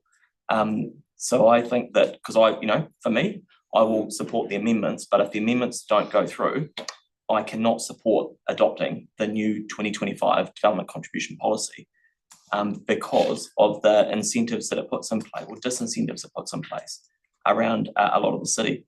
We've spent hundreds of millions of dollars in the city to get this going. I went out to a school earlier this week and I actually wrote it down. The three things they talked about were vacant sites within the city, which these are year 7 and year 8, so I don't know what that equates to in terms of. Did you tell them about the good work they do on the vacant sites? Hey, as the Central City Council, you chose not to debate in this, so you just be quiet. You started debating. The vacant sites, homelessness, and the first event at the stadium. So they said, what are you doing with those gravel car parks in town? Which I was quite impressed. Must be the quality of the principal at the school. That's did that. But in all seriousness, I think we have a fundamental problem if we're going to push through significant increases today, particularly around the CBD. So let's just be very clear, and just so everyone's aware, I will support the amendments to hopefully get through. I think the 20 years makes sense. Make no mistake that this will end up getting challenged. I've got no doubt in my mind this will end up getting challenged. So we can either make a policy decision today or it gets rejected and we end up back to square one. So with that, I'll hand over to my Deputy Chair, Mel. Great, thank you. Again, I support the staff recommendation and not cabbages boiled twice. Regarding those empty gravel pits, they don't look so bad at the moment as there are a number of billboards touting them up. The DC policy is not the place for incentivising developers. The DC rebate scheme is the place for that. This is a workaround. We've been told that very clearly by staff, and the amendments ignore this advice. And the two main amendments we've been talking about would mean developers not only don't pay DCs on a bill matching one there previously, but they'd only pay 30% on any top portion that was to be built. And remember, there's no evidence that DC rebates, which is essentially what these are in a workaround change to the policy, actually encourage development for central city developments. That means there's no evidence to support that decreasing the cost of DCs in the central city by 70% will result in more residential units being built than would be built anyway. It's the infrastructure as described by the Mayor that does this. The central city is currently a great place to build as it has so much potential. We also can't be sure that any decrease in the cost of DCs will be passed on to new homeowners in the central city. It's highly possible that developers could potentially choose to fatten their profit margins instead. But if this council chooses to decrease the cost of development contributions in the central city, this means that we agree that the cost of growth infrastructure will be shouldered by ratepayers by up to 0.05% per year. By extending the demand credits to a 20-year life, that means that effectively a whole lot of DCs will not be paid, meaning the cost of growth of infrastructure will be shouldered by ratepayers with even more additional rates increases. Existing ratepayers should not pay for growth. Retirees on fixed income should not pay for growth. People that live in existing suburbs should not pay for growth. Please support the staff recommendation. Don't choose to subsidise developers. Okay, so we'll go through the rights. Just so everyone's clear though, that the 30% is on the increased rate. It's not on. Stupid, Sam. Well, just so everyone's clear in terms of, because what you're saying was different to that. So it's It was exactly. Okay, so let's go through the voting. You're separating them over. Yeah, we are, yeah. So we'll do the 30% on the new increase, which is E. And we'll just do divisions. Okay, so this is a division on item 11, development contributions. The amendment is a new recommendation. And let's see. Councillor Moore. Yes, sir. Councillor Johansson. No. Deputy Mayor. No. Councillor McCallum. No. Councillor Barber. Yes. Councillor Goff, who is on Zoom. Yes. Councillor McDonald. Yes. Councillor Keon. Yes.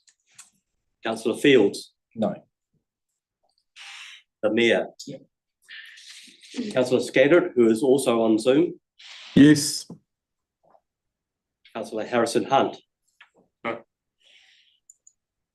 Councillor Coker. No. Councillor Templeton. No. Councillor Donovan. No. Councillor Peters. Yes. Councillor Henstock. Yes. So I have 8 for yes, and I have 1, 2, 3, 4, 5, 6, 7, 8 for no, and 1 abstention. So that is status quo. So that's not carried. It's not. Not carried. Okay, all right, so then we go to the next resolutions. So we'll do these as a block, those around the life of the existing demand credits. So just so we're really clear, we'll vote on these, then if they go through, they'll amend the policy and then we'll vote on the policy. Yeah. Cool, so do we want to do a division on this? Well, let's just do a division, yeah. Change them. Yeah, so Do division, yes, okay. yeah. So item 11, development contributions, voting on amendment recommendation 3, adding A, B, C, and D. Councillor Templeton. Yes, apart from D. Because those things are already built, already done. Councillor McCallum. No. Councillor McDonald. Yes. Councillor Johansson. Yes. Councillor Fields. Yes. Councillor Moore. Yes. Councillor Donovan. No. Councillor Poker. No. Councillor Peters. Yes. Sorry, I'm going very fast, aren't I? Sorry. It's good. The Mayor. Councillor Scandrett on Zoom. Yes. Councillor Barber. Yes. Councillor Keon. Yes. Councillor Goff also on Zoom. Yes. Councillor Henstock. Yes. Councillor Harrison Hunt. Yes. Deputy Mayor. So we have 1, 2, 3, 4, 5, 6, 7, 8, 9, 10, 11, 12, 13, 4, and 1, 2, 3, 4 against. Okay, so that becomes part of the amended one. So do you want to take a minute and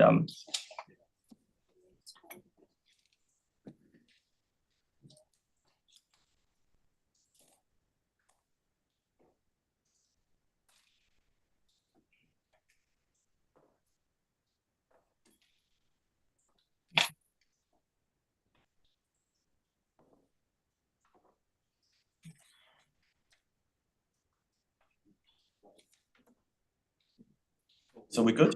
Oh, sorry, I'm in my own world. Okay, so why don't we, so it's the adoption of the policy. Let's take how do you want to do this, Sam? Do you want to, I mean, I'd like to vote on 3 separately, only because I've said I won't support So it. I would recommend that you do 3 separately then to adopt, and then you can do the remaining recommendations. Yep. So let's just do a division on 3.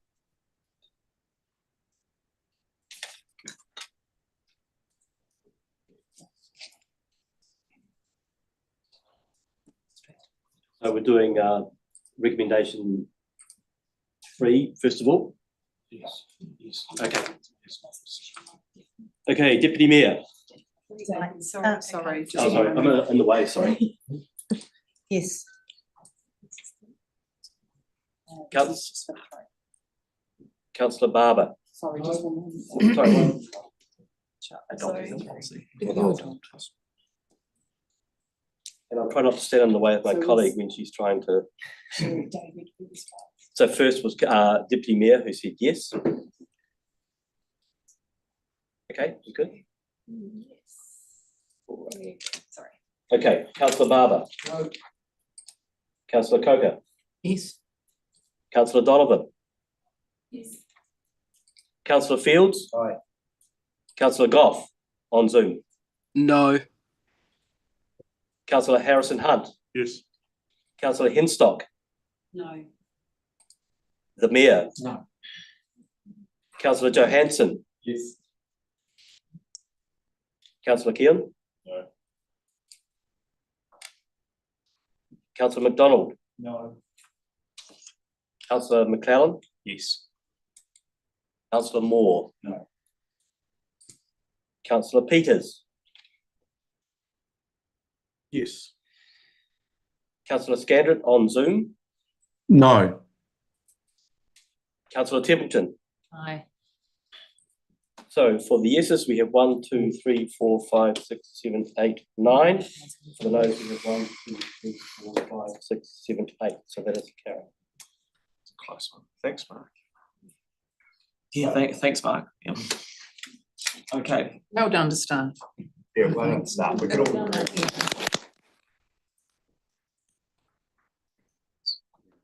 cool. Thinking when you're right, Mark. The remaining. Oh, and then let's pass the remaining recommendations. As a block. Yeah. So let's put them to a vote.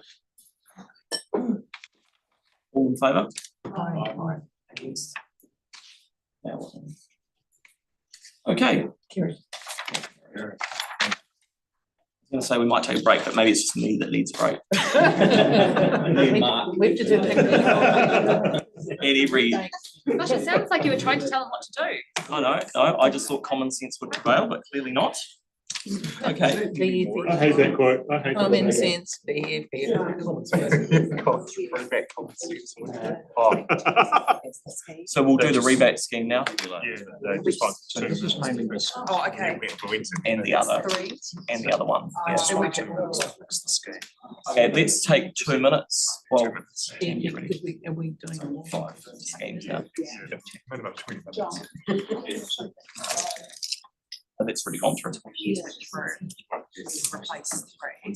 Yes. And the increases. Yeah. Just triple the DC.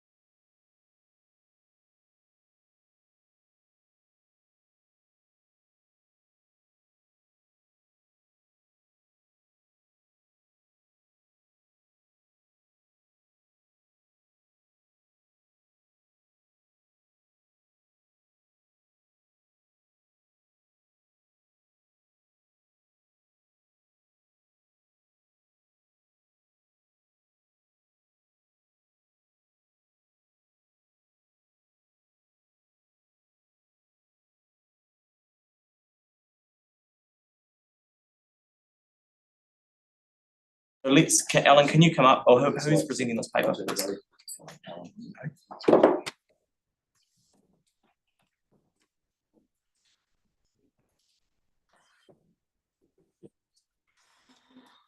So this report is on the development contribution rebate schemes that you consulted on alongside the review of the policy.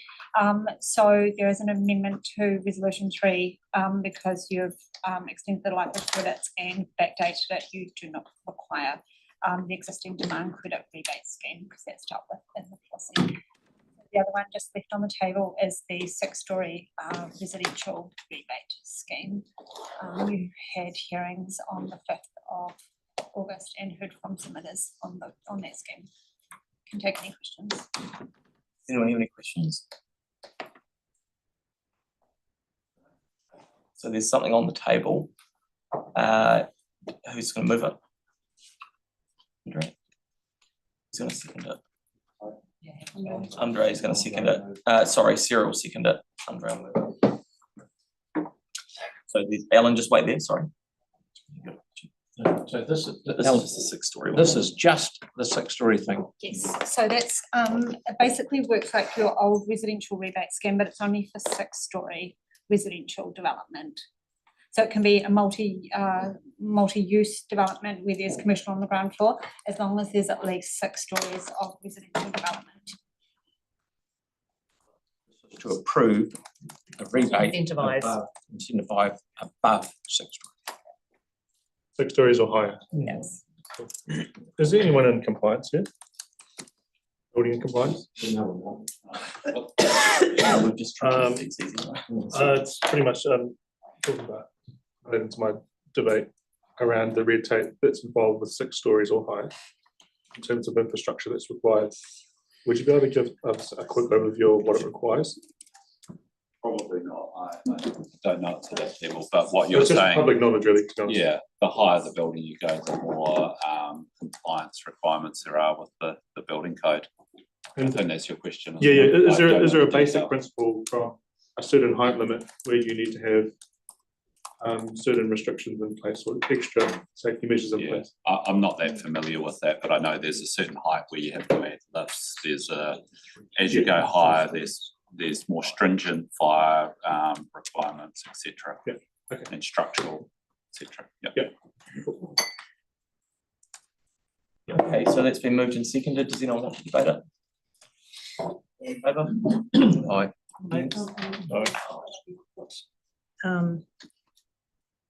Just do a division. 6-storey one separately. Yes, so, sorry, can I debate? Yep.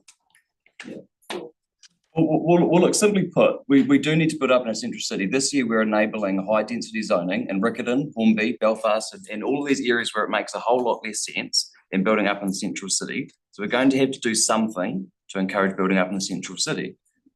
Something is better than nothing. If no one uses this, it won't cost us a cent. So if you've got a financial argument, I'd like to hear it. I'm really struggling to see the harm in it. We all keep talking and talking and talking for the last few years. No, we need more intensification in central city. What are we going to do to encourage it? And if there's something better we should be doing, use your debate to talk about what it is, talk about what you'll do, because all it's been so far is talk. This is one incentive. What is the harm in doing it? I'm not sure what that harm is. So if you're going to vote against this, tell us what the harm is and tell us what your plan is to increase housing and get things building up in the central city. Tell us your plan. If you haven't got one, give us a reason not to support this. I don't have a reason, so I'm happy to put it to the vote. All in favour? Aye. Against? No. So can we just note? Just raise your hands. You've got Pauline, Yanni. Pauline, Yanni, and just Pauline and Yanni. Okay, all right, so that's passed. Right, Matatiki Hornby closeout centre, we'll take this as read. I'm happy to move it. I was happy to second. Any questions of the staff? Is Rutledge, is Andrew here? Do you want to just come up to the table? I mean, it's a very clear report. It's been moved and seconded. Are there any questions? Yanni? noticed there was no reference to the money taken from the.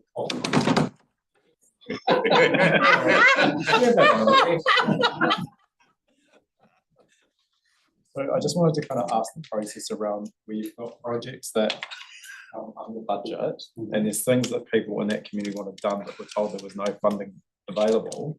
How does funding go from that project to something where people want more than what they can afford? And I think that's what we talked about. Haven't we got a, unless again I've missed the last 3 years? So most funding for projects sits at program. Understand that. In case you've got a program for delivery of multi-purpose facility, but funding would have been sitting in a Recon Sport program for aquatic facility. Council didn't want to spend any residual funding that was left over from that project. Council would have needed to have made a decision to shift that budget, that money out of that budget onto another budget. why doesn't that come back to us at a governance level for that decision? I can't answer that. Like, That was many years ago. Opportunity. I can't answer that question as to why council didn't. We've refined it. Okay. So, well, just because that principle I think is important, right? Like, as part of the lesson from this, can we put in place a process by which if something comes in under budget, in terms of were you listening during the capital? Mentioned that this morning in his presentation, and I think that's going to be addressed in the future. So they literally spoke about that an hour ago. Aaron. Yeah, there's no mention of the money you took off the Hewitt profit. Okay, so this has been moved and seconded. All in favour? Against? That's carried. I was just going to speak to it. That's okay. Yeah, no, not speaking anymore. You have been. You've done enough. Yeah. No more speaking. He's not in your. You really are a true independent. Welcome to the club. Done, Mark. Well done. Not so. Okay, Gilberthorpe's Road, who's moved? Yeah, I'm happy to second it.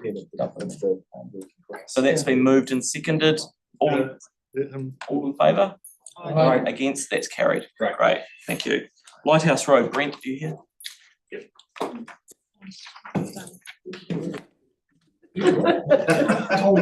Not for the day, Bruce. I'm happy to move this, but with possible amendment. Through you, Mr. Chair, just we can take the report as read.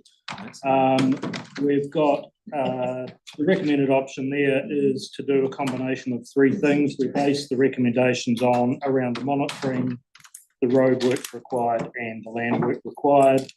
Our recommendation is to, as stated there, continue with the monitoring, actually undertake full reconstruction of that affected section of the road, which is only about 100 metres, but we feel that just resealing it is not going to be sufficient, and then carry on with some drainage work as well. Also, just to let you know, we have Sean here and Jesse who have been working hard on this since the weather event and have come up with what we think is a acceptable solution. Funding for this was foreshadowed in the finance report that you've previously heard earlier today. Okay, I've got questions from Tyrone and an amendment. So potentially. Yeah, that's fine. Yep. So you go for it, man. Oh yeah, thank you. And thanks for the work that's been done there. That's really good. So full reconstruction. So I mean, obviously that's a slip. It's not the first time that bit of land slipped. So with a full reconstruction, I mean, nothing's certain in this universe, but how much would that go towards preventing any further slips in the future? So that's designed to do that, obviously. Through the chair, the reconstruction also includes some work on dealing with I guess the overland flow of any other rain and making sure that goes to, where is it, down into Alma Street or something like that. So part of the assessment is to not just patch the road and let the rain do what it did for the last 15, 20 years, is to actually collect it properly. Put some, what is that? Is it geotech? Geogrid. build a little bit more resilience into the Yeah, road, yes, yeah. that's correct, yeah. And that was never done last time. No extra resilience was put in place. And, sorry, what's the kind of the approximate timeframe? We're targeting the back end of the upcoming summer season. Okay. So to avoid the peak summer season. That's perfect, thank you. And so what level of engagement with affected property owners will there be? So we're in contact with the two main property owners who've been affected. The landowner who's the land the slips occurred on, and the landowner who owns the land immediately below the road. So in constant contact with them. But people that transit that, like where it's a lifeline, is there like a, I mean, I don't want to have to be overly prescriptive here, but like, I guess sometimes the communication only occurs when there's something to communicate, which is fine, but sometimes people are, often calling me saying, well, what's going on? Only for me to say, well, it's status. So I guess my question is, what can we do to ensure that there's just regular kind of update and everyone feels like they can contact the person? Because there's a sort of like a well-being thing there, people who are a bit nervous about it and that sort of stuff. So just to make sure that there's the communication channels are open, what can we do there?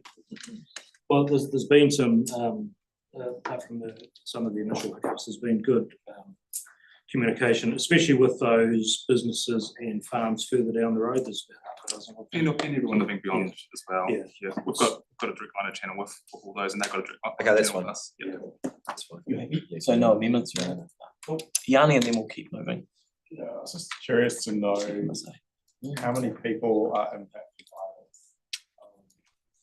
And at what stage do you look at your land use planning around allowing development to occur in these areas, given the history of slips? It's probably not something for this team, but the houses were below. There were 4 properties immediately evacuated after the event, and then there were about 60 odd properties beyond that that were given warnings, and then there's about half a dozen properties living beyond the sort of who were cut off completely. And are we just bearing in mind, councillor, that the land use planning for this is quite some time ago. This is back in Banks Peninsula days. Those are all existing properties. Right. And so is it possible for more development to occur above where the slips happened? I have to defer that question to John. We'd need to look into that. Right. But there are additional restrictions on these areas now in terms of slope stability, etc. Part of the problem was there was no extra resilience built in last time, so this is actually going in and doing it properly. Yeah, I guess what I'm concerned about is that we would enable the capacity for more development to occur, infrastructure that's not as resilient as is needed. And I'm just wondering who looks at that big picture kind of question to ensure that either we restrict development because the infrastructure is not resilient, or we make the infrastructure more resilient so that it can handle the development. So that would be different through resource consent. And I would just add that we don't have any detailed landslide risk mapping in that area like we do in the Port Hills. Right. So in some cases, we've got these potentially unstable slopes that we didn't know about beforehand. In this case, there's some history, but other areas there may not be. Right.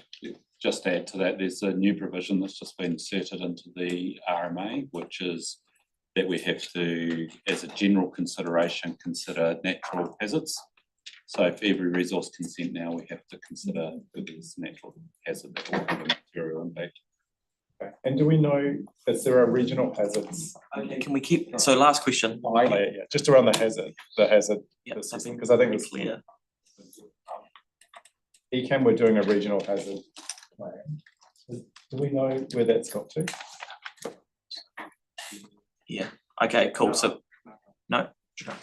All right, so that's been moved and seconded. Any discussion? All in favour?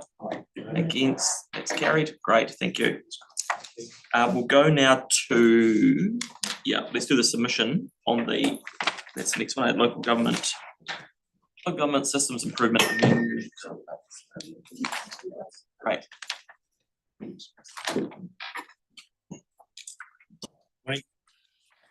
So we're seeking your approval to lodge the submission on the Local Government System Improvements Amendment Bill today. The submissions on the bill are actually due today. So should you agree to lodge the submission, we will do that this afternoon. You're provided an overview of what's in the bill and our proposed submission during two council workshops, and provided an opportunity for written feedback at the drop-in session. Following the feedback from councillors that we received, the stance on the submission and the key points have not significantly changed compared to what was presented to you at the workshop. At a really high level, those key points are that the bill isn't really targeting the real drivers of rates increases, and we question its effectiveness to ease rates increases. The council is already planning to spend its rates revenue on the list of core services, essentially that are listed in the bill. The councils still need and retain some discretion on spending to best represent the community's interests. Some of the proposals are welcome around things like the lending arrangements, the chief executive's term, the targeting of DCs and such, but the government should continue to do more to ease the regulatory burden on councils. Some of the proposals do have risks, which the submission points out that need to be managed. So this is around benchmarking, the rates cap, the tikanga Māori provisions, standing orders and such. But the submission has been updated based on some of the councillor feedback that we received. So for example, we have mentioned the return on investment for non-core activities. We've mentioned the idea about getting GST back on rates and or the government paying rates. Urging the government to do more to ease the regulatory burden more generally on councils, emphasising the cost to council of auditing requirements, and providing examples of the impact of unfunded government mandates. For instance, we added examples around chlorine, the water levies, the speed limits and road crossings, and generally note that the central and local government should have more collaborative approach to funding. So that at a really high level is the submission and the update. Thank you. I think that's covered it really well. Oh yeah, yep. So do we have a mover for it? Pauline, have you move it? Andre will second it. Debate is Pauline. Yep. Yeah, So thank you for that. That's great. It's been an excellent submission in my view. Look, this bill attempts to address factors that are causing rates increases so that we can ease pressure on households. It's well intended to try and address the cost of living crisis, but I think the government's attempting to put a disproportionate emphasis on targeting councils as responsible for this. Key drivers of rates increases are out of our hands, as we know, and they rest fairly and squarely with the government to address. Inflation, insurance, house prices, rents, groceries and butter, for example. So stop pointing the finger at councils, and I think the government should be looking more carefully at their own spending. The government has decided to define our core services. I'm not even sure they really understand what local government does. And they've forgotten to include regulatory requirements like the submission and the many others we've been looking at over the past couple of years, and also the unfunded government mandates. They've removed the 4 wellbeings. So swimming pools, parks, walking, safe streets, they're all wellbeing. Where's the line? No one knows. The government is putting out sound bites of derision towards local government. It's unfounded and merely to distract attention from the government's own tardiness in easing cost of living for residents. The council's already spent 93% of rates income on our definition of core services. Another bill being rushed through Parliament. This was born on the 15th of July. Another unnecessary pressure council has to bear. And these are time constraints, very time constrained to respond to these. And these bills are of dubious value in my view, and not to mention the public who are invited to participate in consultation if they're super quick. So I see the government has included benchmarks for assessing council performance, and I can only assume government will also be introducing a future levy for councils to pay for this, as they have done with the water levy, which now costs us $1.7 million a year. But we must not allow these costs to affect our rates. And once again, the government's pointing the finger while loading the councils up with more costs and leaving us with only rates as a source of revenue to pay for these costs. And how about some recognition of the amazing work that councils do and the 20 billion plus that we pump into the economy every year? In speaking for this council, it is our vision and investment in our city's amenities and our events that are making Christchurch a city where people are coming in droves to work and live and recreate. So is investment a core service? What about disaster relief? Is that a core service? We just heard today that the Banks Peninsula ones cost us close to $7 million this year. So again, it's disingenuous of this government to be pointing the finger at councils who bear the cost of delivering over 40% of this country's infrastructure, and for the government to be using councils as a distraction from the government's own lack of action to address the cost of living crisis.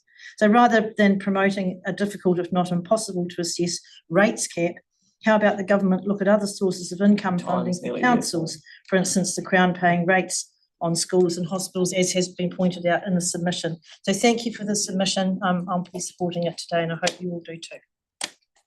Okay, we've got heaps now. So we've got Yanni, then Mark wants to speak. No, you can. And then Sarah. So Yanni. Yeah, I mean, thank you to staff for the submission, and I do concur with the comments that have been made. I would just ask, under like where we've given examples, it'd be really good to quantify it. I've just had a look at the Kiwi Rail cost, and that is $50 million. $50 million that they've put on us. And even when we get the good news, we get the bad news. So we get the good news that the Kiwi Rail have agreed to rescope the Scrutton's Road crossing down from 6 million to 4 million, when we suggested spending 1.6. So our design, council's design, was 1.6. Kiwi Rail came up with 6 and then revised it to 4. It's still a massive impact on us as a city. And that's only on one project. So I just think where we can quantify the examples, it's much more significant. For example, under the chlorination issue, my understanding was that if the worst case scenario was realised by what central government want us to do, we'd be spending $500 million, 500 million, apparently, on meeting their things that they had put in place. So I support the submission, and I think the more we can quantify the impact of what government have done to us and force us to pay for, then the better we will be in terms of arguing our case. But it's completely unsustainable to continue to rely on rates to fund the things that we need to do when government is imposing such significant costs on us without the funding support. Sarah. Kia ora. Not much else left to be covered. Thanks to colleagues for doing that, and the submission is really good. I mean, in opposition, National campaigned for localism. They said that councils should decide how to run their cities. In opposition, and now National Party and others all say that we should be listening to our residents. How can we listen to our residents when what they call for, when they are no longer going to be able to do? Christchurch should be making correct decisions for Christchurch. They shouldn't be made in Wellington for us. And our residents shouldn't have their valued opinions and their needs and desires for the city cancelled by central government. Just Aaron. Yeah, I'll chime in with a couple of bits. I support Yanni's calls around Kiwi Rail. And all that needs to be done to see whether it's financially viable to keep rail. It sounds like it's too expensive to make it safe. So does rail have to go? So good point there, Yanni. And then the other one is around the 5% rates cap. It's actually a lot of people in the city celebrating that concept and really looking forward to it if it does come in. And yes, we do hear from our ratepayers every year. We usually hear from the ones that want us to spend more money. And if we get 1,000 submissions or submitters come into the annual plan, that's 0.25% of the people of Christchurch coming in to talk to us. So yeah, there is a lot of people celebrating the concept of a rates cap, and I'm one of those on behalf of the people of Hillwood. Mark. Thank you. Yeah, concurring with the comments there around the Kiwi Rail, what it's costing us that we're being milked on our projects is seen, and we need to find a way to work better in that space. So if we can work with government to reduce our exposure to that through some reforms, then let's do it. But also around the idea of rates caps, well, we're going to need the government to step up and come in with an olive branch of, okay, we might put a rates cap on what you can do but we'll start paying rates on our government properties or look, we'll give you the GST back on the rates that we take because we're charging rates.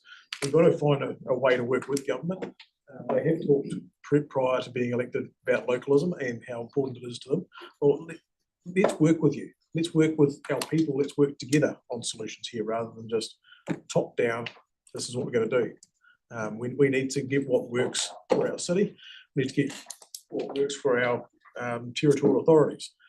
That shouldn't be dictated by Wellington as to how our cities run. So let's get this submission and listen to what we're saying and start to work with us instead of working to us.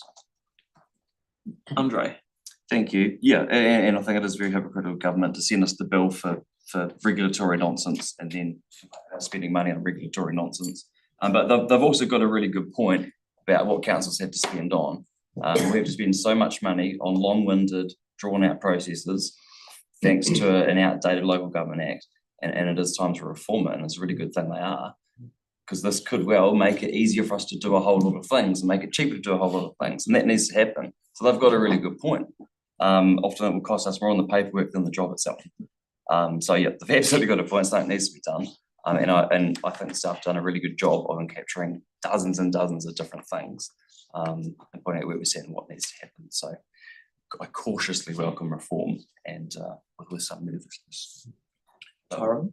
I just really want to say, I mean, real productivity gains for an organisation like this council or any council across the country come from, they don't come from banging on and us arguing about like the minutiae of like speed bumps and stuff, right? Like the real productivity gains come from better systems, better processes, better methodologies in delivering things, better reporting, more skilled people doing analytical stuff, better data, stronger data, cleaner data, shared data across the country, all of these things, right? That is where the real productivity gains come from. I think he wants a job. Let him finish. So we need to invest in our council and in our local government to be able to do these things, and that stuff actually does cost, and sometimes it does require consultants, and sometimes it does require investing in like good systems, good applications, good software, and that sort of stuff. So, I'm cautiously, I think, along with Andre, about what this will mean, cautiously optimistic about what this might mean. Rates capping, I just don't think is, look, if government is going to help us fund those system and productivity improvements, I'm all for it, right? But, if they're going to constrain us from doing those things that we need to do in order to become a better organisation and share those things with all of the public entities across the country, then that's great. So again, cautiously optimistic, and we'll just see how it falls out. But I'm definitely in favour of standardisation. Cool. So you wrap up. Just for me, I maybe have a different understanding of how we've written this, because to me this is very balanced in terms of saying this is a piece of legislation that has some pros and has some cons. Personally, I like the idea of fiscal restraint, but that will be no surprise. In terms of what it does, though, it gives some really good examples of where actually some additional revenue levers would be good for Christchurch. If we think about the GST around housing, actually, if we encourage, potentially more development in the CBD, that might be a way to get more GST in that tops up the coffers.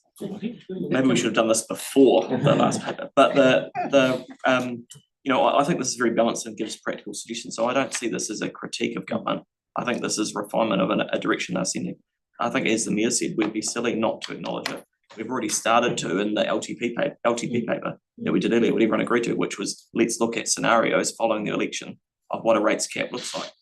So I think it's good we offer our view. There'll always be things that we need to refine. But I tend to agree with Aaron. The people I talk to every day are fundamentally hurting at the moment. We probably around this table are quite immune from it. We all earn over $100,000 a year. So it's probably at some stage we would be immune from it. And sometimes, that does fall into the conversation when we say, actually, these rates just need to be spent. Actually, if you're making a decision between feeding your family or paying your rates, I know where people are going to land, and it's feeding their family. So I just caution us as a group. Sometimes we do get too immune from the real world. And I think actually fiscal restraint is a good thing. So the bill and the submission we've made is quite balanced in my view. Pauline, do you want to wrap up? Yeah, thank you. And look, a rates cap, it does sound great, but I think personally it's over ambitious, and I think it will need a lot of work to try and come up with a model that's going to work without unnecessarily constraining councils' ability to deliver. For example, I think it would require the Crown to commit to bearing the costs of disasters, whether they're natural or man-made. Look at Christchurch, we've had to bear the earthquakes, fires, the floods, the mosque attack, COVID, now the cost of living crisis. I don't think we could possibly have funded those without a cap, with a cap, I mean. And how will they set a cap across so many different councils with different needs and at different stages of growth and infrastructure investment? And how much would this system cost the government to implement anyway? So to not support a rates cap, or I'm not saying I don't support a rates cap, but I'm saying I'm very worried about how that would actually work. But it doesn't mean that I support high rates increases. I certainly don't. And I know this council has worked very hard to keep our rates increase down to effectively what it was under 5% anyway this year if you take Te Kaha out. So what governs those decisions for us and colours it is actually democracy and the 3-year cycle of having to reapply for our jobs. So I think we're covered in that regard, and public do put pressure on us, and rightly so. I don't think that I'm immune to the cost of living crisis for people and how difficult it is now, but I think, once again, the government's got to do its part in sorting out cost of living for people. If people aren't earning enough money to live, that comes to the government, not us. So and I like what Councillor Peters said, let's work in partnership together. Let's not verse each other. And Sam, you addressed that as well. Let's not make it a war, but let's get a true partnership happening so we can understand each other, and government understands what councils does a lot better. Thank you. All in favour? Aye. Against? That's carried. Cheers. Okay, we'll go to Luke, do you want to do the infrastructure one, and then Phil's going to chair the CCHL one because Melanie and I can't. So do you want to come up for that? And I think we had an additional resolution. Very poor dates, by the way. They're style. Yeah, 17, 18. Yeah, as the principal advisor. Although I just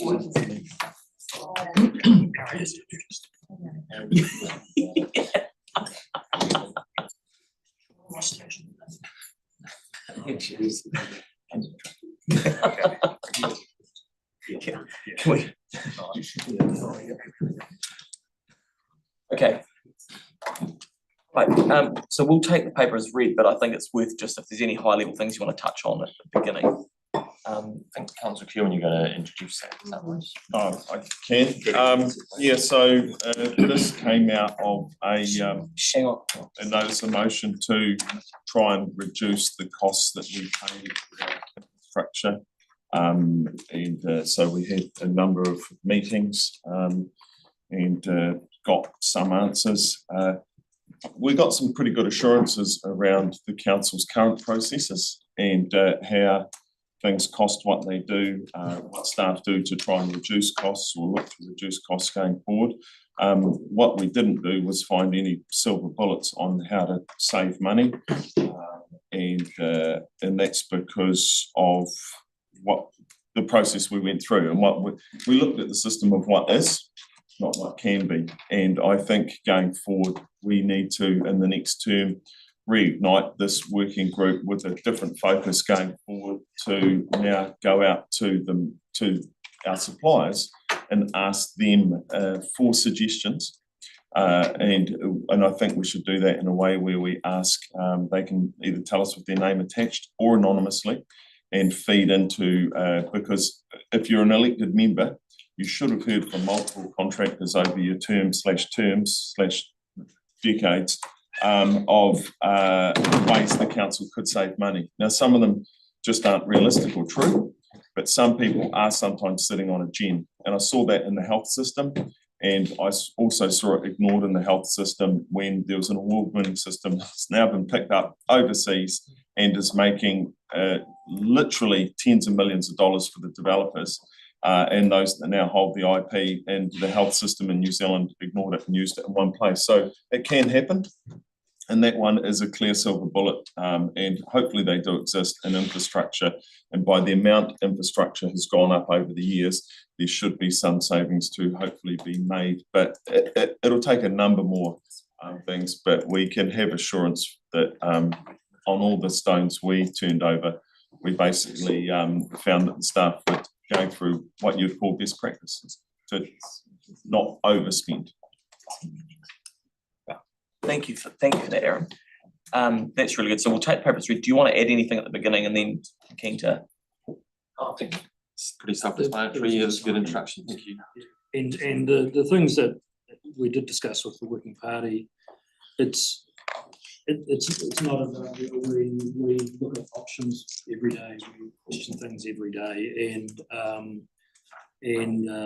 you know, as a GM signing off some of these major procurement initiatives and things, we push back all the time and go, is this really the right way to go? And especially when we've got options like involvements and things like that. There's a lot of tools in the toolbox, and we use them regularly. We've shown a number of examples where changes have been made or new things have been found over the last number of years. So that was good when the questions come up. And you might see that in some of the procurement plans we've got. Yes. We've got a resolution that we talked about at agenda setting, which was based on the theme of the report, which hopefully we can just chuck up, which is the council, I'm sure, will agree with it. It's around how we get more small businesses working on the panels, more small local businesses, which was one of the things through. I'm just, oh yeah, sorry, there's nothing worse than me going. Just waiting. So okay, while that's getting generated on there, we'll go to Yanni and then Yanni. Thanks. One of the projects I raised concern with was Antigua Street. I just look at that at a very basic level. It looks like we could employ, 5 to 7 traffic engineers full-time for a year, just with the budget that we have for design and engagement. And so I'm struggling to get my head around why these costs are so horrific. When you look at the cost of an FTE and what we're trying to deliver, I don't see where, I know the working party looked at the street, but the response I got back was just, it didn't really address why the costs are so high. And I'm just wondering. Okay, so that's a good question.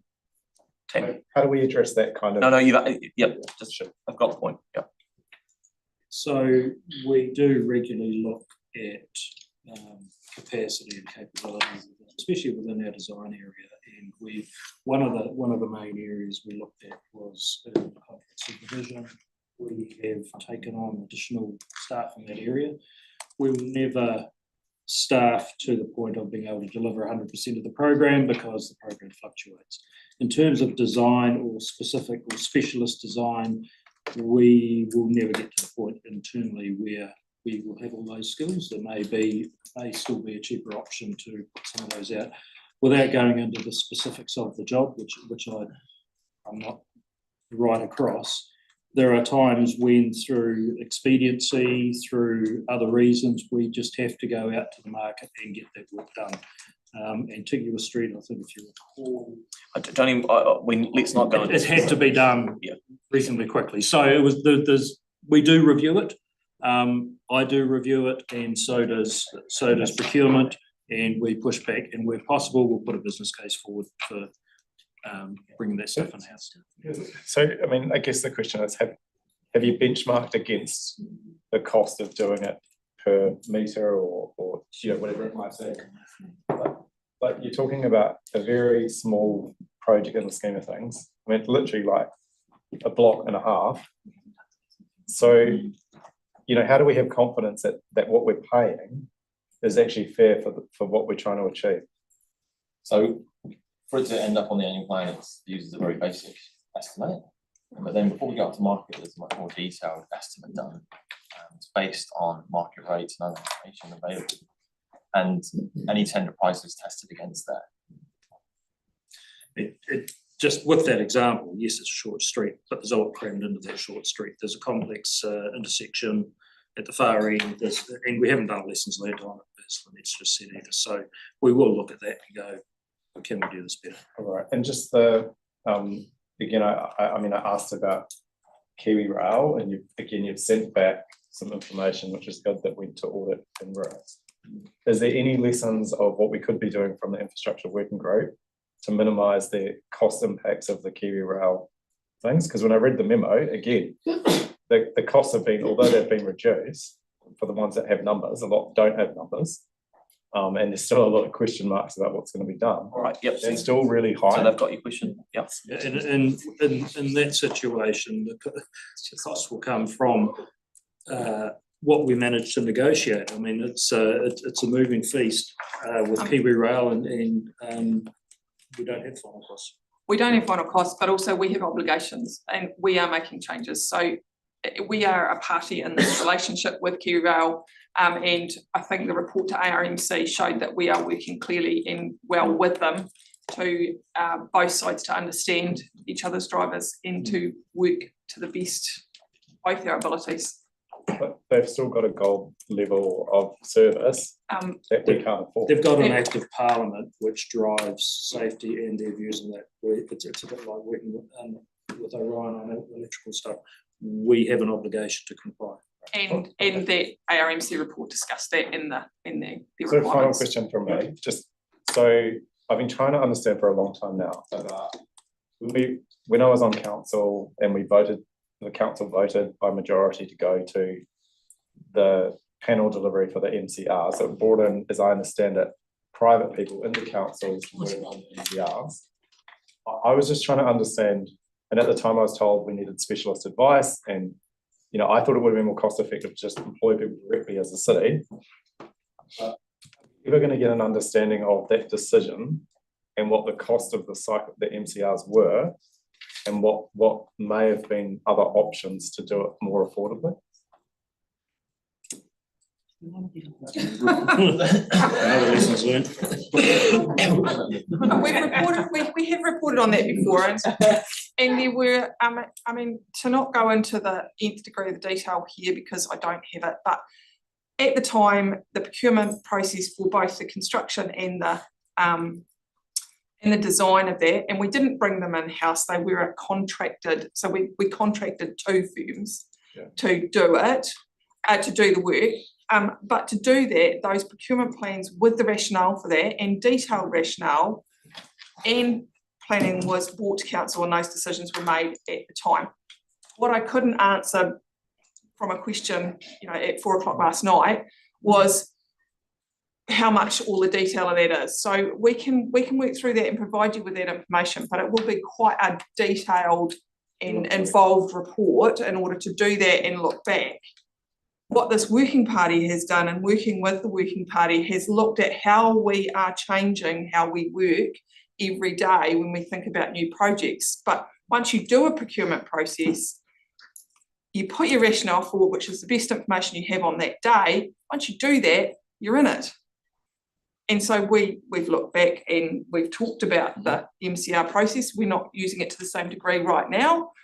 The program's less, so it's changing, but our world has changed over the almost 15 years that we've been doing MCRs. So the interest in that was just to understand whether there's things that we could do in-house that would give us more affordable solutions, maybe more affordable and more deliverable in terms of getting things done than the use of sort of, I think Yanni, that's what we but one of the things I know, because Phil and Lynette have talked about it a bit, is around some of the cycleways and getting a lot more of that done of what's left, I guess, in-house, because I mean, I think for a real basic example, one we fell short the other day, I think you were telling me about, was around Church Corner, where and I think you've raised it too, Tyler, the turnout is not right. So it's too narrow, and yet the contractors were telling us at the time that it should have been widened, but it didn't seem to get through. So there's a few of those sort of things, and I think they're back there this week when they're moving poles again. Yeah, so it's kind of like it's never going to be perfect, but it's kind of, you can get a bit more in-house so that people can have a bit more visibility rather than these sort of consultants writing plans that don't necessarily work on the road. And I agree with you. And I commend us for deferring the $300,000 business case to NZTA for one set of traffic lights on Chewett and Morehouse. But it seems like a really good example of what we shouldn't be doing, is spending a whole bunch of money on consultants to justify spending money on a relatively small local project. Needed at all. That's part of what the working party was dealing with Yeah. and discussing. Cool, okay, so we've got an additional resolution up there, which I think everyone might be surprised if people aren't, which is around how we get small businesses to participate in the tender processing more, which is basically just saying, and it was a theme that came through in the report, and obviously you guys discussed it as a group, was how we get more local businesses involved. So Aaron's happy to move this, Mayor's happy to second it, and then we'll go into debate. So would you like to debate? I'd like to second it, yes, I'd just like to. Hey, it's been very good to be on this this group. One of the things that I felt come out loud and clear, Mary and I went round and saw Business Canterbury, and they're the ones that brought up the fact that it's the smaller subcontractors, smaller contractors are having trouble getting into these big jobs, because some of these jobs we make it's not just us, everyone, but we make it so difficult that only the big guys can price it and do it. Because you just about got to write out a copy of War and Peace to get past the first hurdle. And then in the end, in a lot of cases, they use the smaller contractor to do the job. So somewhere, someone's paying for the bit in the middle. So that was good, and it's good to see that up there if we can do it. One thing that is, we've been talking to Luke and Brent and Gavin for that matter, is they're grouping jobs together, so it's getting better. And also, I couldn't agree more with what Yanni said, not picking on any one of them in particular, but the Norwest Arc itself was $3 million worth of consultants on that job. Now, we can employ a lot of people for that. And fair enough, if you've got something like the wastewater treatment plant, which is activated sludge, you need specialist stuff. But if you're just doing a footpath with a bit of curb and some trees and stuff, that's not the end of the world. And we've got the people that can do it, and I think we should hire more people and do it. So I'm very happy to have been involved. It was good, and the system is getting better. And if we can get smaller contractors in to do stuff, it's going to be good. Anyone else? Aaron?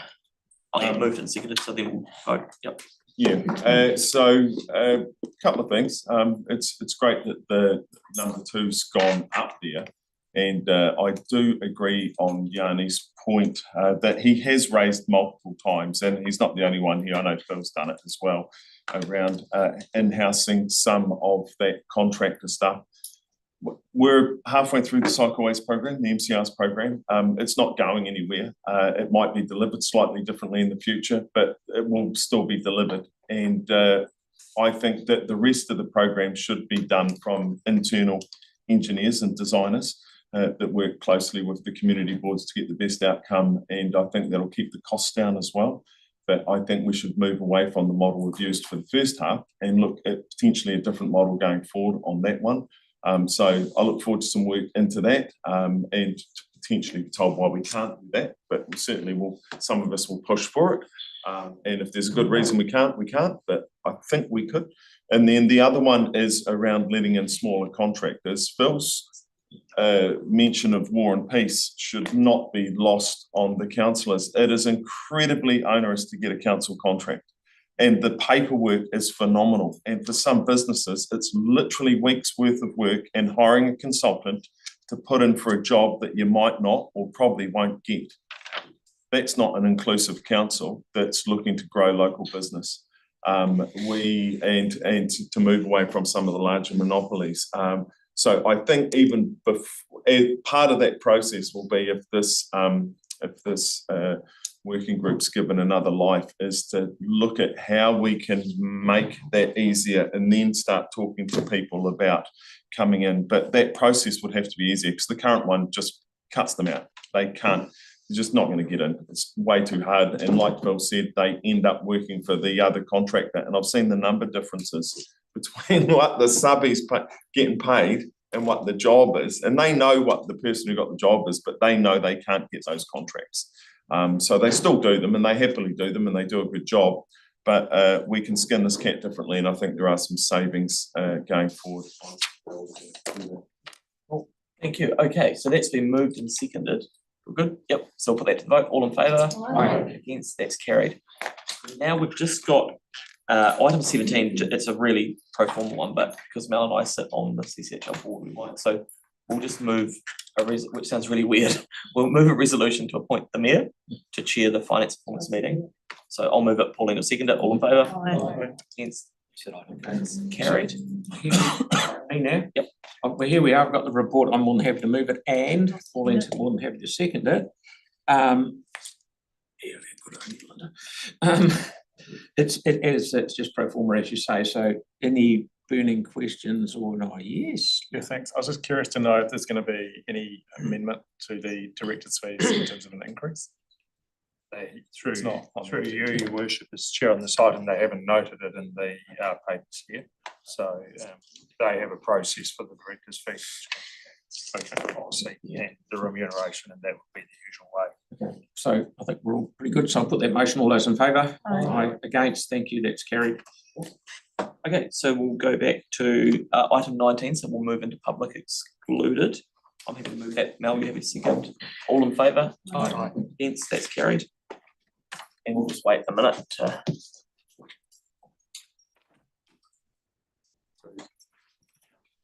Oh, sorry,